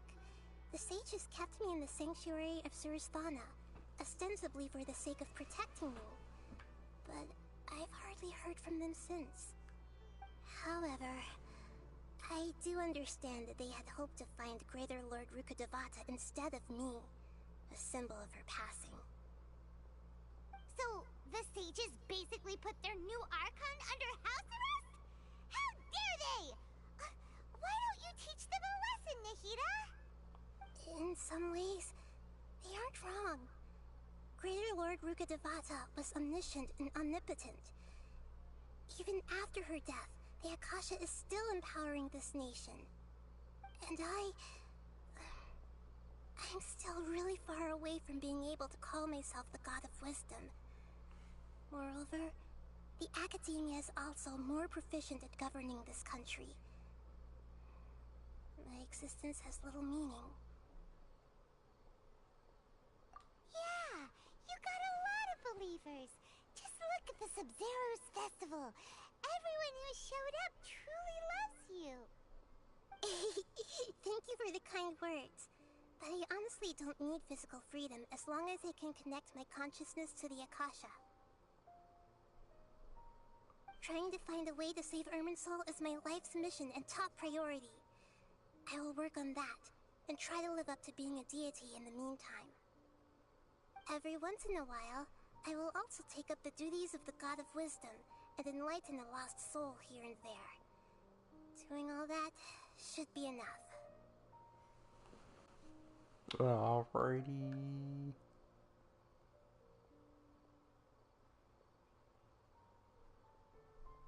There's never been any big problems with the Academia's governance of Sumeru. This is the first time I've seen them step out of line. Oh. I wonder what caused them to go down this path, and what they hope to achieve. Even though the city's residents haven't noticed anything strange, if the Traveler hadn't broken the Sub-Zero samsara, the situation could have become dire. I tried to do some investigating in the Akasha, but I couldn't find anything suspicious. And all the people of interest seem to purposely avoid wearing their Akasha terminals. I think they're deliberately trying to hide something. Oh, that reminds Paimon. In Gandharvaville, there was a sage who had invited Tainari to join some kind of project. Could it be related? Regardless, I need to first investigate the sage's motives, make things right, and punish them if needed. But I'll have to be discreet, or they'll see me coming. You mean how the Akasha stops you from having dreams? Yeah, it's been such a long time. No one's noticed something's up? It's not that no one noticed. It's more like no one cared. Ultimately, it's all rooted in the sage's misdirection. Misdirection? The sages convinced everyone to believe that being unable to dream is a sign of rationality and wisdom. Not dreaming is a badge of honor in Sumeru. Even if the truth is that their dreams are being reaped by the Akasha. With their propaganda in place, the sages can maximize their use of the Akasha to facilitate their Dreaming is wonderful, bro. Besides, Greater Lord Rukkhadevata must have created the Akasha in the hopes that it could be used to its full potential. That's why I've never come out strongly against this. Anyway, the perspective advocated by the sages drowned out any voices of doubt. By now, even those who never use Akasha terminals find it too shameful and embarrassing to talk about their dreams. got it. I hope my answers were satisfactory, seekers of knowledge. To be honest, maintaining Dunyarzad's fading dream took a lot of mental energy. I think I may need to rest for a while. Oh, and you don't need to worry too much about the Sage's activities for now. The Akasha won't be able to conduct another project on the scale of the Sub-Zero Samsara in the immediate future. Good. Go and get some sleep. Leave everything to us. What a relief.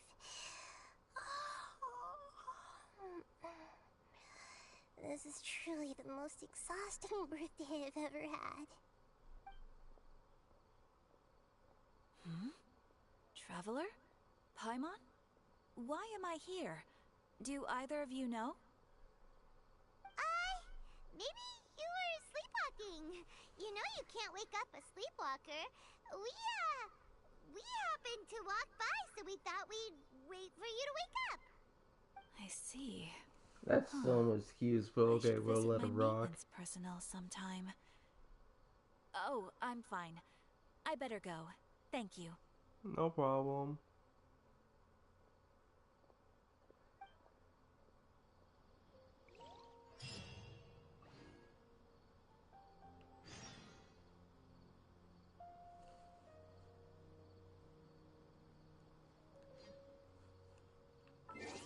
Wait a minute, is it what?